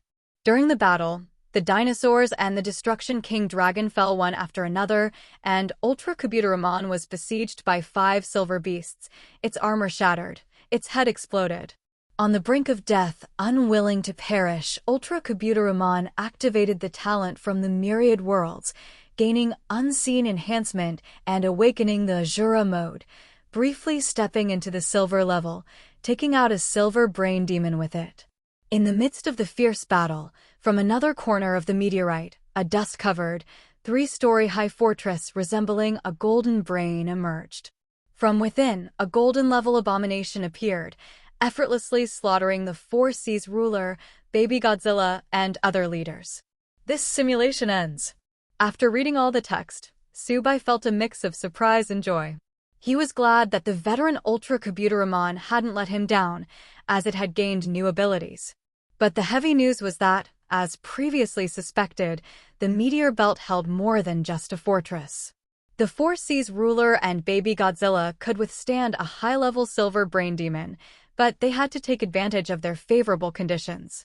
Approaching up close made the enemy rush, unable to unleash their most potent abilities. Yet, as a temporary gathering point, how could the brain demons have only these forces? The last glimpse of golden radiance was truly despairing. This simulation evaluation, D-level. Cooldown time, 20 minutes. Summary: although it was an overall failure, we managed to gather a lot of intelligence and solidified the spoils. Keep pushing forward. Besides that small team, another golden creature has appeared. Even with intent, it will be difficult to kill it. Especially since he couldn't let the brain demon utilize its technological advantage beforehand. Otherwise, the difficulty would increase several times. What worried him even more was that it wasn't just a single golden-level enemy. According to the information, the Brain Demon clan likes to enslave potentially powerful creatures. That one is likely just a Brain Demon slave. This means there are at least 2 golden-level enemies in the meteor belt. And the equipment it carries. The more Subai thought about it, the more his head ached. Seeing no hope of victory and feeling stuck. There's no choice. Today's goal is to solidify the fruits of victory. As long as the world expands to 300 kilometers, that would count as a win. This time, there were also available Brain Demon chips and other items to choose from. Subai still chose nothing. Following the old routine, he solidified the Vitality Rebound talent. At the same time, he was surprised to find that, even after the simulation ended, Baby Godzilla remained at the silver level. The super beasts had even more explosive muscles and were practicing a new Ashura mode. Right after the simulation, their realms and strengths are still maintained. This way, not only do they become familiar with enemy tactics and intelligence, but they can also improve themselves. Hope reignited in Subai's eyes. Moreover, he hadn't exhausted today's opportunity to solidify talents. He aimed to generate high-level mental talents. While checking the super beasts, Subai unexpectedly discovered that their potential had significantly increased. Ashura mode. In the face of life and death crises, the super beast's talent awakens. The power from the one-punch world. Upon activation, strength and speed increase tenfold for a short time. Can defeat enemies across several levels. Currently not mature, with regular training, it can become an active skill, maintaining the Ashura state at any time. Indeed, it comes from that world. He calculated his current battle strength. With the super beasts having undergone training, they could now be considered silver-level masters. With a stroke of luck, they could defeat that group of silver brain demons. Taking advantage of the cooldown time, Subai carefully reviewed his gains and losses. He set a goal for the next simulation in his mind. First, without alarming those 2 hidden meteorites, capture as many resources as possible to strengthen the world. It's best to reach a solidified area and solidify the spoils. Then, if discovered, gather as much intelligence about the enemy as possible, their tactics and numbers. Finally, generate talents. Once everything was prepared, the cooldown period ended, and Subai activated the simulation again. Starting 10 consecutive draws. Again, 10 talents appeared. And Subai glanced over them, feeling a bit disappointed. After selecting 2 talents focused on the mind, he quickly confirmed the simulation. Beginning the creation journey. First era, your subordinates suffered a major loss, realizing the importance of low-profile development. After bringing back that UFO, they sealed it under a volcano and secretly flew to the meteor belt to gather food. Second era. After an era of gathering, the land has grown to 275 kilometers. Victory is within reach. Third era. A rhinoceros beast accidentally picked a meteorite, inadvertently triggering a trap set by the brain demons, causing the meteorite to explode and alerting the enemies. After a bloody battle, 5 silver brain demons were killed. The last high-level silver brain demon was besieged by Baby Godzilla, the Lord of the Four Seas, and the Super Beast, sending a distress signal. The golden stronghold reappeared and fired 3 golden laser beams, killing them. Before dying, the evil eye heard the brain demons refer to it as the Golden Brain. The last interstellar dinosaur to be killed saw the distorted golden monster collecting corpses, and behind it stood a 5-meter-tall monster with a golden sheen and an octopus-like body, coldly observing everything. This simulation has ended. Cooldown period, 30 minutes. Not bad, we gathered intelligence again. Their cooperation is becoming increasingly adept. Without the support of that golden brain, the high-level silver brain demon-led team wouldn't have been able to stop me. The only regret was that they were just shy of reaching 300 kilometers and solidifying. However, it seemed that, even while asleep, the brain demons had laid out a vigilance line on the periphery. During the cooldown period, Subai returned to reality again and searched for information about the golden brain. The materials provided by the old principal were very detailed. After reading, Subai grinned. What a treasure. According to the information, the golden brain was equivalent to a combination of a supercomputer and an interstellar battleship. It was also the legendary artifact of the cosmic brain demons. Ordinary golden brain demons were not qualified to control it. Its value equaled that of 10 golden brain demons. It was said that within their main base, the cosmic brain star region, there existed true divine-level cosmic brains. That was also their clan's treasure. It was rumored to possess a virtual universe that could evolve the divine energies of the future, which was incredibly terrifying. Even an entire star region was named after it. After tidying up a bit and checking the remaining 7,500 creation points, Subai simulated once more. He was about to confront the brain demons.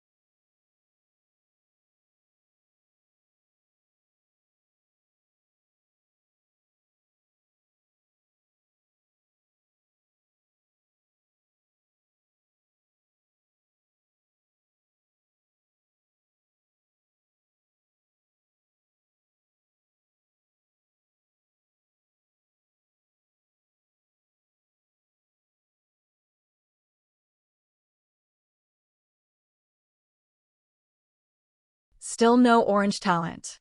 After casually choosing 2, he continued the simulation. Starting the creation journey. First era, brick moving. Second era, continuing to move bricks. Third era, failed to move bricks, triggering the brain demon's early warning about the meteorite again. However, the area has grown to 290 kilometers, very close to solidification. This simulation has ended. It was too ordinary, no evaluation. Continue the simulation. Starting the creation journey. First era, brick moving. Late third era, the super beast has officially grown into a silver-level creature, boasting immense combat power and able to wrestle with baby Godzilla. After several warnings, this time they didn't trigger an alert. A line of bold text appeared. After enduring numerous deaths and through the diligent brick moving by his subordinates, the land diameter has grown to 300 kilometers. The attached ocean is now 1,200 kilometers.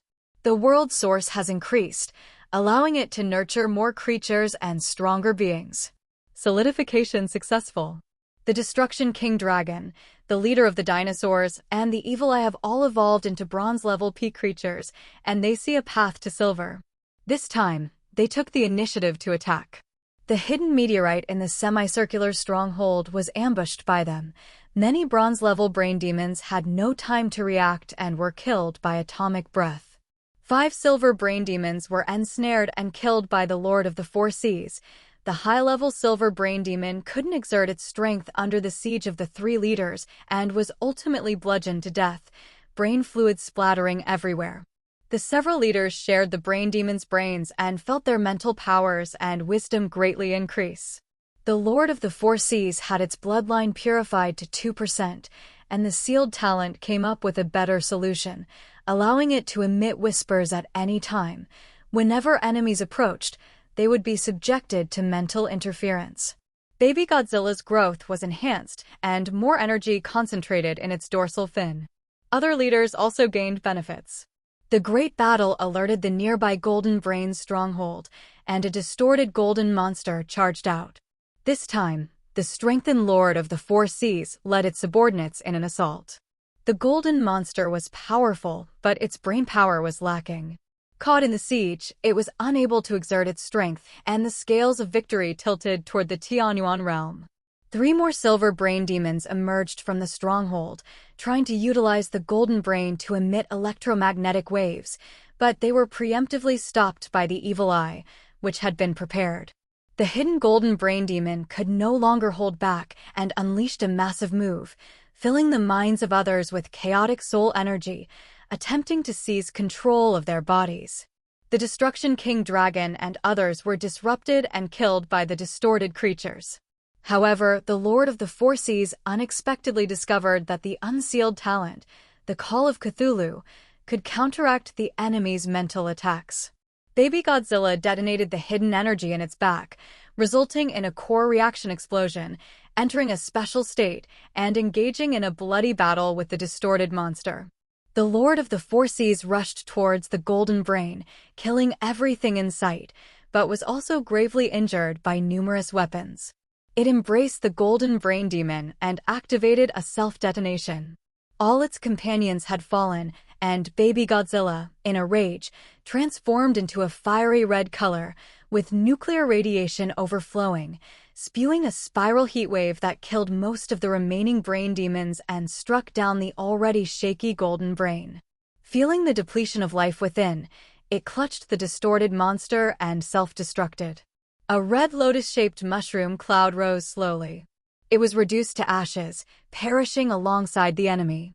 On the battlefield, the heavily injured Golden Brain Demon was taken into the Golden Brain for healing and launched a destruction missile to annihilate all survivors on the battlefield. This simulation has ended. Comprehensive evaluation. Sea level. Summary. After experiencing several deaths, the most perfect outcome has been achieved. The spoils were solidified, and the enemy was severely injured. Victory was just a little out of reach, yet that little bit was an insurmountable chasm. Total reward creation points, plus 2,000. Special reward for this time, an orange guaranteed drop card. Phew, gathering the results of several simulations, I finally succeeded. Subai exhaled a long breath. Finally, all enemy intelligence had been uncovered. This was a standard golden-level small team, excluding the accidentally sleeping silver brain demon. There were 9 brain demons left, including the strongest high-level silver that was extremely difficult to deal with. Moreover, the flagship, the Golden Brain, still had 2 golden creatures. The distorted creature was likely a slave to the Golden Brain Demon, with only initial golden-level strength. But that leader had survived multiple injuries without dying. Its vitality was extraordinarily strong. It was very likely a mid-level golden creature. If the golden brain demon was allowed to unleash its power through the flagship, the Lord of the Four Seas and others wouldn't be able to achieve such results. The achievements were entirely due to the previous explorations. Using his strongest close-quarters combat, he entangled the flagship and brain demons, forcing them to fight using their weaknesses. However, as a beginner silver creature, Baby Godzilla was able to perish together with the golden monster, which was an achievement that surpassed even legendary bloodlines. At least it was demigod level. As for the Lord of the Four Seas, it had attracted almost all the firepower. Relying on its talent, it could even counteract the mental interference of the brain demons. If there were a few more companions, it might have been possible to kill the golden brain demon. Thanks to this simulation, the creation points had risen back to 9,000, which relieved Tsubai. That reward card made him chuckle with delight. Chieftain's Savior. He was almost numb from generating talents.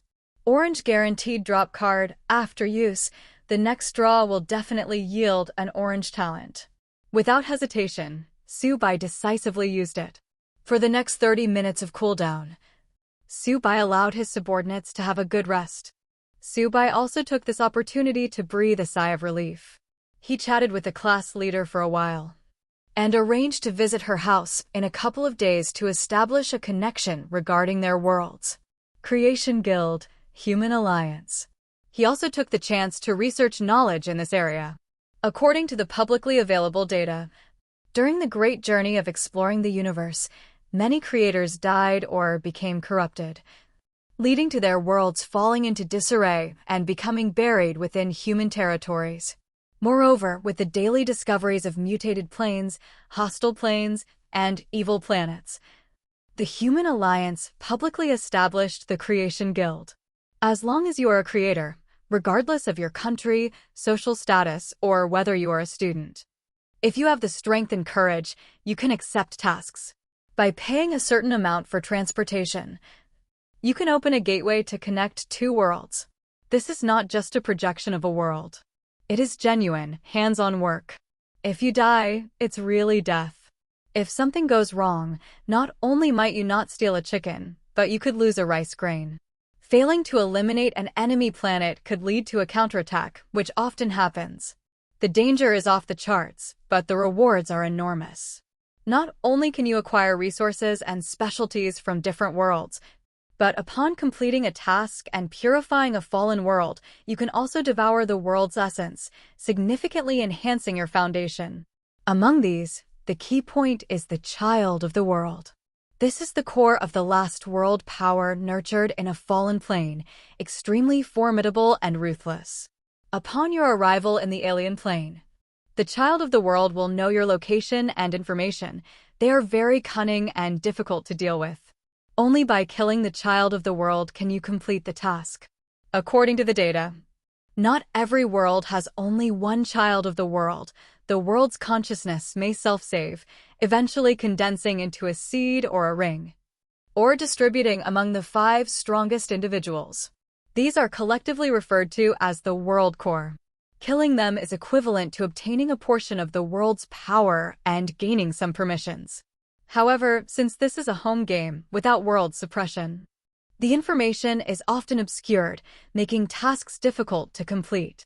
Tsubai was thoroughly researching this because he planned to pay a visit tomorrow. Other novice creators may hesitate to risk their lives before the high school entrance exams, but I'm not afraid.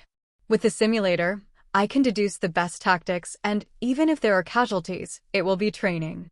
As long as a few leaders survive, ordinary soldiers can recover with a time acceleration. After understanding the situation well, he realized that the cooling time had ended without him noticing. At this moment, the setting sun was dipping low, casting a dim glow over the villa garden. Unknowingly, it had already passed 6 o'clock in the afternoon. Tsubai specifically washed his face and took a bath, ensuring he was fresh. Then he immersed his consciousness back into the sea of stars. Start the simulation. Familiar words reappeared. Please start a 10 consecutive draw. Using item, guaranteed an orange talent. Please give me a mental talent. In Subai's anxiety, 10 brand new talents appeared. He instantly focused on the most dazzling orange talent. Mindstorm, orange. Any creature born in your world has their soul solidified and is extremely difficult to be manipulated. Their faith is exceptionally steadfast, significantly increasing the probability of generating fanatics. Occasionally, there will be soul mutants who, when using mental skills or divine arts, will receive a 5x bonus. At the same time, creatures that worship you will inherently reduce mental impacts by 90%. I finally got it. Subai was stunned and immediately solidified it. Currently, he had solidified Pillars of the Universe, Gold, and Mindstorm, Orange. Among the others he had personally comprehended, Control of the Universe was the most useful. It allowed all dragon riders to ascend. Even the weakest evil eye could leap through space, greatly liberating productivity. Moreover, the Cthulhu's Whispers, understood by the Lord of the Four Seas, was quite intriguing. In the previous simulation, it had allowed the Lord to disregard the Golden Brain Demon's interference and wreak havoc. However, the aftereffects were too strong. The other talents were quite ordinary compared to it. Subai chose to solidify the previously appeared Faith Boost, along with the temporarily solidified Vitality Feedback, and simulate it again. Starting the creation journey. First era, moving bricks and testing the Brain Demon's early warning setup. Second era, the Evil Eye clan, led by the Evil Eye, begins to set traps. Fourth era, while investigating the core of the meteor belt, also known as the meteorite hidden by the Golden Brain, the interstellar dinosaurs were surprised to discover that the aura there was incredibly abundant, and the stagnated evolution stage showed signs of breakthrough. The Evil Eye determined that there were hidden treasures. Their collision with the Brain Demons was imminent. With the help of divine miracles, even the Dragon Riders could fearlessly confront the cosmic Brain Demon's mental storm. This time, their numerical advantage was highlighted. Talent Mindstorm activated. A full 5,000 Dragon Riders, alongside the aid of primitive dinosaurs, besieged the semicircular stronghold. 5 silver Brain Demons were overwhelmed. The high-level silver leader was entangled by Baby Godzilla, and after its proud skill was nullified, the Brain Demon leader panicked, eventually being swallowed whole by the pre-prepared Baby Godzilla. The semicircular stronghold was destroyed.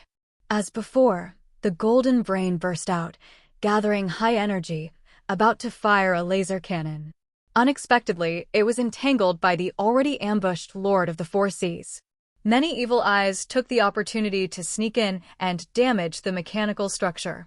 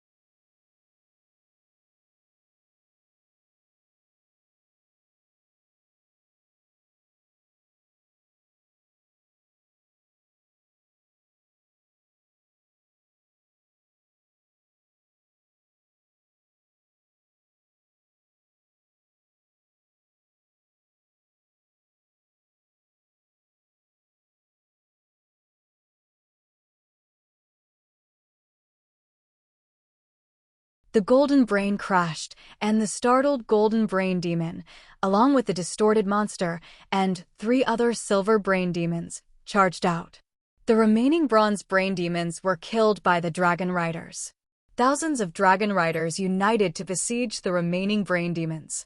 Several of the strongest leaders faced 2 golden bosses. The distorted monster's weakness within the brain was probed and hit by a horn cannon from the Super Beast. After the distorted monster dragged the Destruction King Dragon and the dinosaur leader away, it died. The Lord of the Four Seas grew increasingly courageous, joining forces with Baby Godzilla and other dragon riders, successfully suppressing the Golden Brain Demon. After a grueling, bloody battle, with over 1,000 dragon riders dead, and the Evil Eye and Super Beast also perishing, the Lord of the Four Seas and Baby Godzilla were gravely injured and on the verge of death. The Golden Brain Demon was pushed to its limit, grabbing Baby Godzilla and self-destructing alongside it. After the battle, your side suffered heavy casualties, exhausting the accumulated foundation until now. Among the leaders, only the Lord of the Four Seas, with the strongest vitality, still clung to life. It commanded the remaining beings to gather the spoils while it crawled toward the meteorite where the Golden Brain lay dormant. Ding! Your subordinates discovered a tiny spiritual vein at the center of the meteor belt. It can enhance the world's foundation, increase spiritual energy, and nurture more powerful beings. It can condense into an A-level card. Where else could there be such treasures in the meteorite? No wonder the brain demons would settle here. Upon seeing this, Subai felt immense joy. What is a spiritual vein? It is a highly condensed aura of heaven and earth, a treasure that is rare to encounter. The world can nourish different energies. Isn't the Tianyuan realm too thin in spiritual energy, barely able to nurture 3 silver beings? That is already the limit. If there is a spiritual vein, the other leaders could also break through their peaks. However, he didn't rejoice for long. Words began to reappear. The ecstatic Lord of the Four Seas lay on the tiny spiritual vein, frantically devouring spiritual energy, quickly recovering from its severe injuries. It had already accumulated enough realm to start breaking through. One of the spoils, the Golden Brain, unexpectedly emitted a mysterious glow and a distress signal. Those clearing the battlefield noticed that the surrounding meteorites were becoming chaotic. The evolving Lord of the Four Seas, witnessing a strange yet familiar scene, saw a meteorite rushing in from the depths of the universe. It was precisely aimed at them. Before dying, the Lord of the Four Seas realized that the meteorite cracked open and a powerful high-level Golden Brain Demon emerged from it. Behind it followed a dense swarm of brain demons. It turned out to be a spaceship shaped like a metallic meteorite. Before the Lord of the Four Seas died, it burst out a thought. So, every external meteorite is not a true meteorite. End of the simulation. Comprehensive evaluation. B-level. Summary. Under circumstances with a huge gap in realms, relying on numerical and intelligence advantages, the enemy was painstakingly wiped out. This was already the limit. Unfortunately, the gap in foundational strength predetermined the outcome. The brain demons have virtual connections between their respective teams, they bear deep grudges and are particularly interested in special creatures. This round of creation rewards, plus 3,000, special reward, 1 drop of divine power. This round of cooling time, 40 minutes. Please select a temporary solidified talent. Psychic Storm. Please choose from the following extracted items. This time, perhaps due to the abundance of loot, the dense array of options left him astonished. Silver Brain Demon Chip X10, Gold Brain Demon Chip X1, Storm Oscillator, Silver UFO X1, Micro Spirit Vein X1. To his surprise, the Golden Brain was not listed among them. According to previous experience, only by fully obtaining ownership can extraction occur. This means that the Golden Brain really isn't so easy to obtain. It has an automatic alarm system that, once its host is lost, will notify nearby teammates through their unique means of communication. For some reason, through several encounters in the simulation, combined with snippets of information, Subai felt a creeping fear. It could be linked to the clan's artifact from the cosmic brainstar domain. Humans speculate that the brain demons used the brain artifact to construct a virtual network. Each brain demon has a mark. This is also why, whenever humans capture a brain demon alive, it self-destructs, allowing brain demons to seek revenge accurately. Then, looking at it this way, isn't it impossible to act in the meteor belt? His brow furrowed. That place is the closest treasure trove. The resources there are enough for him to break through to 500 kilometers and evolve into a second-tier world. How could he let this opportunity slip? Moreover, how could he allow others to sleep soundly by his side? The heavenly origin world needs to develop and grow, and a collision with them is inevitable. Currently, he holds the advantage once the brain demons awaken. Using various devices will lead to inevitable death. Subai planned to clarify this idea. Based on extraction experiences, the same item cannot appear in the same universe. If he takes a brain demon chip now, or the half-circular fortress, or even the micro-spirit vein, a surprise is certain to occur in the nearby meteor belt. That would be like stirring up a hornet's nest. Looking at it this way, I can only take that lost chip? Subai gloomily realized that the only chip he could take was from the half-dead brain demon discovered by the interstellar dinosaurs, which wouldn't alert the main force. This time's reward was truly the most valuable, that drop of divine power. To date, Subai's faith value was just over 1,000. It would be a long way from reaching 10,000 to condense into divine power. Moreover, according to his calculations, he could not afford to clash head-on with the brain demons of the meteor belt. The losses would be too great, and it would not be worth it. Only in a situation where he could completely suppress and digest them would Subai act in reality. After several simulations, the dinosaurs below had already started to discuss heatedly. They reveled in their expansion to a 300-kilometer world, reminiscing about their seemingly real experiences. Those brain demons are cunning, occupying the meteor. Listen to the teachings of the gods. Do not stir the hornet's nest. They are destined to become the fertilizer for our world. A brain demon blew up my head. Next time, I'll bite it to death. Seeing that many were somewhat fatigued, Subai decided to issue a divine decree for them to rest for 10 years. He also instructed them to develop the newly acquired territory and plant seed fruits. Thank you for your gifts. Faith power plus 200. After all, I'm not a demon. Subai accelerated time. The upgraded heavenly origin world, with its abundant source power, could also accelerate sufficiently. The scenes before him passed quickly, like a fast-forwarding movie. The newly formed land was initially barren, a gray wasteland. In no time, under the diligent planting of the dinosaurs, it transformed into a lush landscape. Simultaneously, they began agriculture. Fat pigs grazed in the fields, feasting on grass and drinking seawater, growing plump and robust. The expansion to a 1,200-kilometer ocean also relieved the Four Seas ruler. It could now take a thorough bath. Consequently, the Kodo fish people had also bred to 10,000, unknowingly. Their underwater civilization was developing well, and they began fish farming. They collaborated with the dinosaurs and Kabuterimon. Baby Godzilla continued sleeping over the 10 years, but its dorsal fins grew increasingly bright as it stored energy. The I-Clan seemed to be up to something. Always out of sight, busy digging underground. Starting from the 5,000-meter deep underground labyrinth city, they built several underground cities one after another. Speaking of which, while competition on the surface was fierce, the entire underground world had fallen into their hands. The I-Clan discovered that in the underground, their mental power and eyesight could be trained anytime. In contact with the brain demons, the I-Demons were actually the most benefited race. After all, they belonged to the same type. Their experience and knowledge remained, while the I-Clan quietly developed. 10 years flew by in an instant. Subai continued to attempt simulations, but the results of the next battles made him frown. First era, moving bricks. Second era, brick moving failed, battle.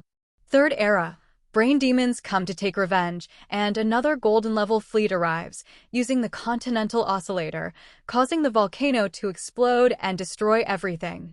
This simulation ends. Continue. Moving bricks, battling, Pyrrhic victories, and being avenged.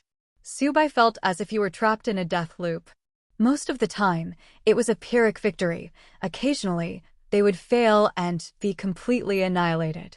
But even when victorious, they couldn't escape the brain demon's reckoning. If a few brain demons died, it might barely be manageable. But an entire squad was wiped out and the golden brain was lost. There was no escaping the cycle of revenge. Subai suspected that if he could withstand the first wave, would there be a diamond-level squad summoned afterwards? Or even a saint-level brain demon? That would be quite the fun. In the meantime, he issued a divine decree, urging the interstellar dinosaurs to develop in other directions, but the results were minimal.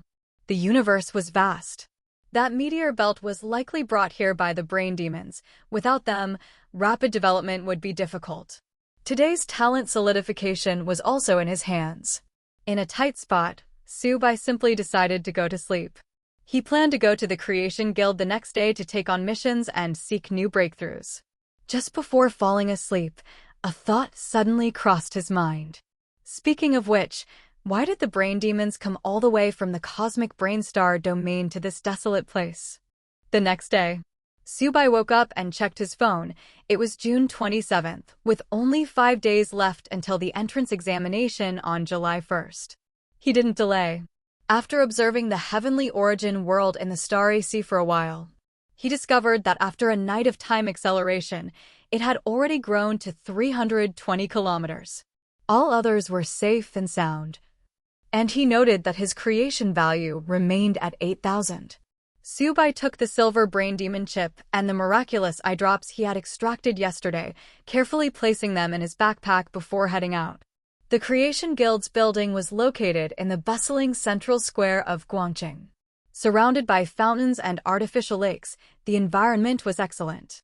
Inside, there were 100 floors, with luminous glass flooring, exceedingly luxurious. The reception outside was staffed by several beautiful waitresses, all fair-skinned and beautiful. "Welcome. How may I assist you today?"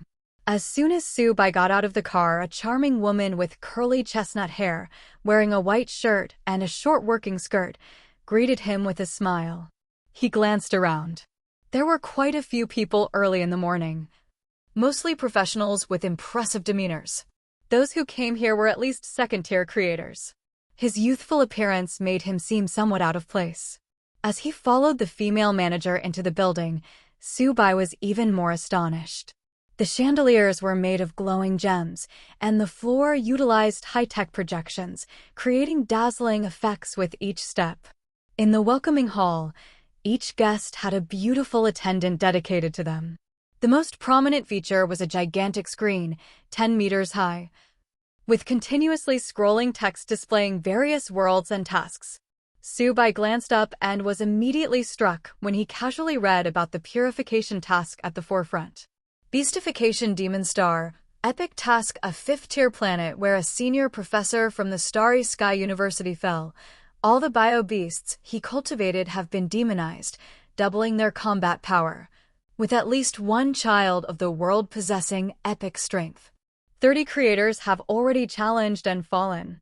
Rewards: 10 billion Huaxia coins, or resources of equal value, 1 million contribution points, can be used for discounts on items in major malls. It is recommended that challengers be at least 5th-tier minor planets, preferably 6th-tier senior minor planets. Skeleton Dead Realm, Advanced Epic Task, an intermediate plane inadvertently discovered during human exploration. So far, 2 epic skeletal kings have been discovered, with over 1 million skeleton soldiers under their command. They do not fear death, and their soul flames are exceptionally strong, making them a grave threat to humanity. It is suggested that soul and supernatural creators take on this challenge. At least a 6th-tier planet is required. Rewards: reading the first few tasks made the hair on his neck stand up. These were tasks he could not currently accept. The refreshing details of the tasks indicated their difficulty. In contrast, the lower-level tasks at the bottom of the screen, D-level and C-level, were being refreshed rapidly, with people occasionally accepting them. Seeing Subai's confusion, the beautiful manager quickly explained, "This is your first time at the guild building, so you might not be familiar. We are a global network. Tasks from the Human Alliance are distributed to every city, so many people accept tasks. Sir, what level of task would you like to take?" "Well, there's no rush on that. I remember you have a resource recycling service here. Please help me evaluate and price a special product first." Subai smiled as he took out a batch, 100 vials, of miraculous eye drops from his backpack. After repeated concoction by the eye demons, The effectiveness of the eye drops had increased 100-fold, with various miraculous uses when applied to the eyes. He also wanted to understand the market price. Seeing the business opportunity, the beautiful manager smiled. As she led Subai to the counter, she explained, "In the building, floors 2 to 30 are for transport devices, and floors 31 to 50 are the commercial trading area. There, representatives from all over the world purchase resources. As for the upper floors, they are relaxation and entertainment areas, featuring the best bars and restaurants in Guangqing. You can experience them later." The manager also stated that their alliance would use an appraisal device to determine the approximate value of the items. You can choose whom to trade with freely, or you can sell directly to the human alliance. Saying this, she led Subai into a transparent elevator. During the ride, Subai learned that her name was Miss Xing, who had also studied at Guangqing No. 1 High School, but unfortunately had a failed awakening. Now, she was a lobby manager. This was considered doing well. Many of the reception waitresses outside sometimes had to endure patrons' ridicule and could only force a smile. The 31st floor was obviously much livelier. The well-known companies he had seen at school all had shops set up here. The most notable were the numerous appraisal machines scattered throughout. Various beautiful managers helped guests with appraisals and negotiations, and they earned commissions as well. Just as Miss Xing was appraising a vial of miraculous eye drops, a surprised voice suddenly rang out. "Isn't this Sue from Class 3? You're here too." Subai turned in surprise. To his astonishment, it was a staff member from the Dicky group he had seen twice before, once at the awakening ceremony and again at school yesterday. He hadn't expected to see him here. "Your business is quite extensive," Subai remarked. I'm just running errands." "Did you come here to appraise your specialty, make a deal, or are you interested in exploring other worlds?" He wore a face of flattery. Pointing to a corner of the hall where a server was busy pouring tea and cleaning, he introduced, "That's the little Wang who offended you a few days ago. I heard he was demoted here to be someone's assistant."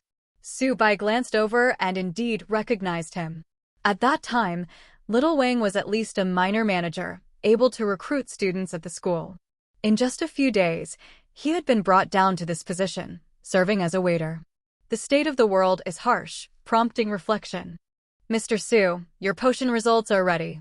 At that moment, Miss Xing, smiling, clicked the identification panel. In the air, a series of data regarding the miraculous eye drops quickly projected. Subai and Manager Fong from the Dicky group both looked over. Unnamed eye drops, D-level topical potion, a specialty from a new world, made from various invigorating materials and a type of newly discovered biological mucus. It has effects such as invigorating, enhancing vision, temporarily boosting mental strength, and the ability to identify objects in the dark, including seeing spiritual bodies. It is not uncommon on the market, valued for its lack of side effects. Initial market price, 10,000 per vial. Quite fast, the effects are clearly assessed. Subai was not particularly surprised. This information was compiled from countless databases across human civilization, so understanding various items was natural. Moreover, he was satisfied with this price. The materials for the eye drops could be found in other worlds. The most crucial ingredient was the tear of the evil eye, a concentration of evil eye spirit. An ordinary person's annual salary was about 50 to 60,000. Yet, a vial made by his subordinates required 10,000. And this was just the starting point, without considering other ordinary resources. It was easy to imagine the productivity gap between a creator and an ordinary person. "I still have 99 vials here. If your alliance wants to buy them, I can sell them to you at a discount." Subai waved his backpack. He knew the alliance's prices were usually a bit lower than market rates, but would provide contribution points. If sold to a private company or other groups, the price would often be significantly higher. Just as Miss Xing was about to respond with a smile, Manager Fong suddenly interjected. "Su classmate, I've never seen this new potion before. I'll take all 10 vials for a total of 1.2 million. Do you find that suitable?" With this tone, it seemed he could offer even more. This left Miss Xing confused. As one of the managers at the Creation Guild, she had seen countless clients, but she had never witnessed a member of the Dickey group being so polite. The key was that he looked like a student. So young. Oh, the Dickey group is so sincere. Subai gave him a slight smile, well aware that Manager Fong was not genuinely interested in the potions, but was looking to establish goodwill. He was happy about that. After all, being in the early stages of starting a business, he was quite poor. Hee, congratulations to both of you. Miss Xing smiled widely. The price offered by the alliance was likely around 900,000 at most. Since she was the one attending to this deal, she would receive a corresponding commission. Do you need any other services? Seeing Manager Fong making the transfer, Miss Xing, curious about Subai's identity, proactively asked, "Just one more thing. Please help me appraise this properly." Subai took out a chip wrapped in bubble wrap from the inner pocket of his backpack. "Sure, please wait a moment." Miss Xing took it, unwrapped the bubble wrap, and upon a close inspection, she gasped, "Brain Demon chip?" As soon as she said this, numerous gazes in the bustling trading area turned towards her. Manager Fong, who had been making the transfer, also abruptly looked up at the treasure in her hand. The Brain Demon chip was a renowned technological artifact, a coveted item pursued by countries and companies alike. To find one in this small second-tier city was remarkable. Immediately, several managers from nearby shops rushed out. "I've never seen a Brain Demon chip in such good condition." Indeed, the cosmic Brain Demons are extremely proud. If they fall into despair, they often prefer self-destruction rather than letting their chips fall into enemy hands. Plus, they have a strong desire for revenge, making these chips incredibly difficult to acquire. "Is this a high-level bronze chip or a black iron level?" "Young man, I'll take it. Name your price." In no time, managers from various shops rushed over to join the excitement. Subai had never anticipated that a single chip would cause such a stir. The rarity and functionality were the main reasons. With its powerful computing ability, what company wouldn't need it? Especially in the context of managing worlds, many teams needed to plan the development of a large world and list various data, which made it even more precious. "Is it him?" The manager pouring tea, now known as Little Wang, felt a tremor in his heart when he saw the center of attention. That was the one who had caused him to stay up all night, leading to his career hitting rock bottom. Little Wang's eyes instantly turned red. He dashed over, not caring about how many superior managers he bumped into, clearing a path through the crowd.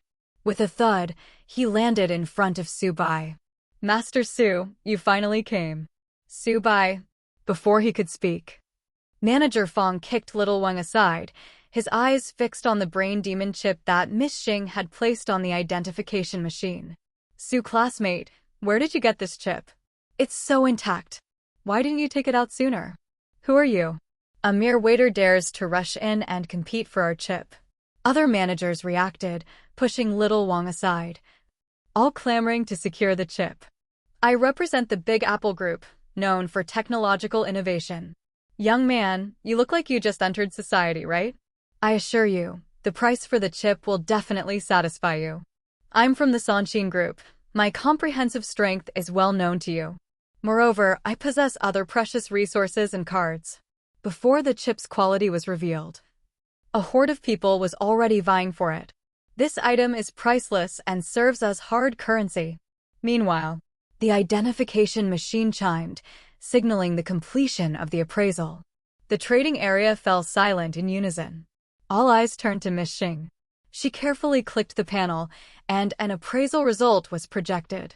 Simultaneously, a voice announced, "Appraised as a silver-level Brain Demon chip, with a quality rating of 100% intact.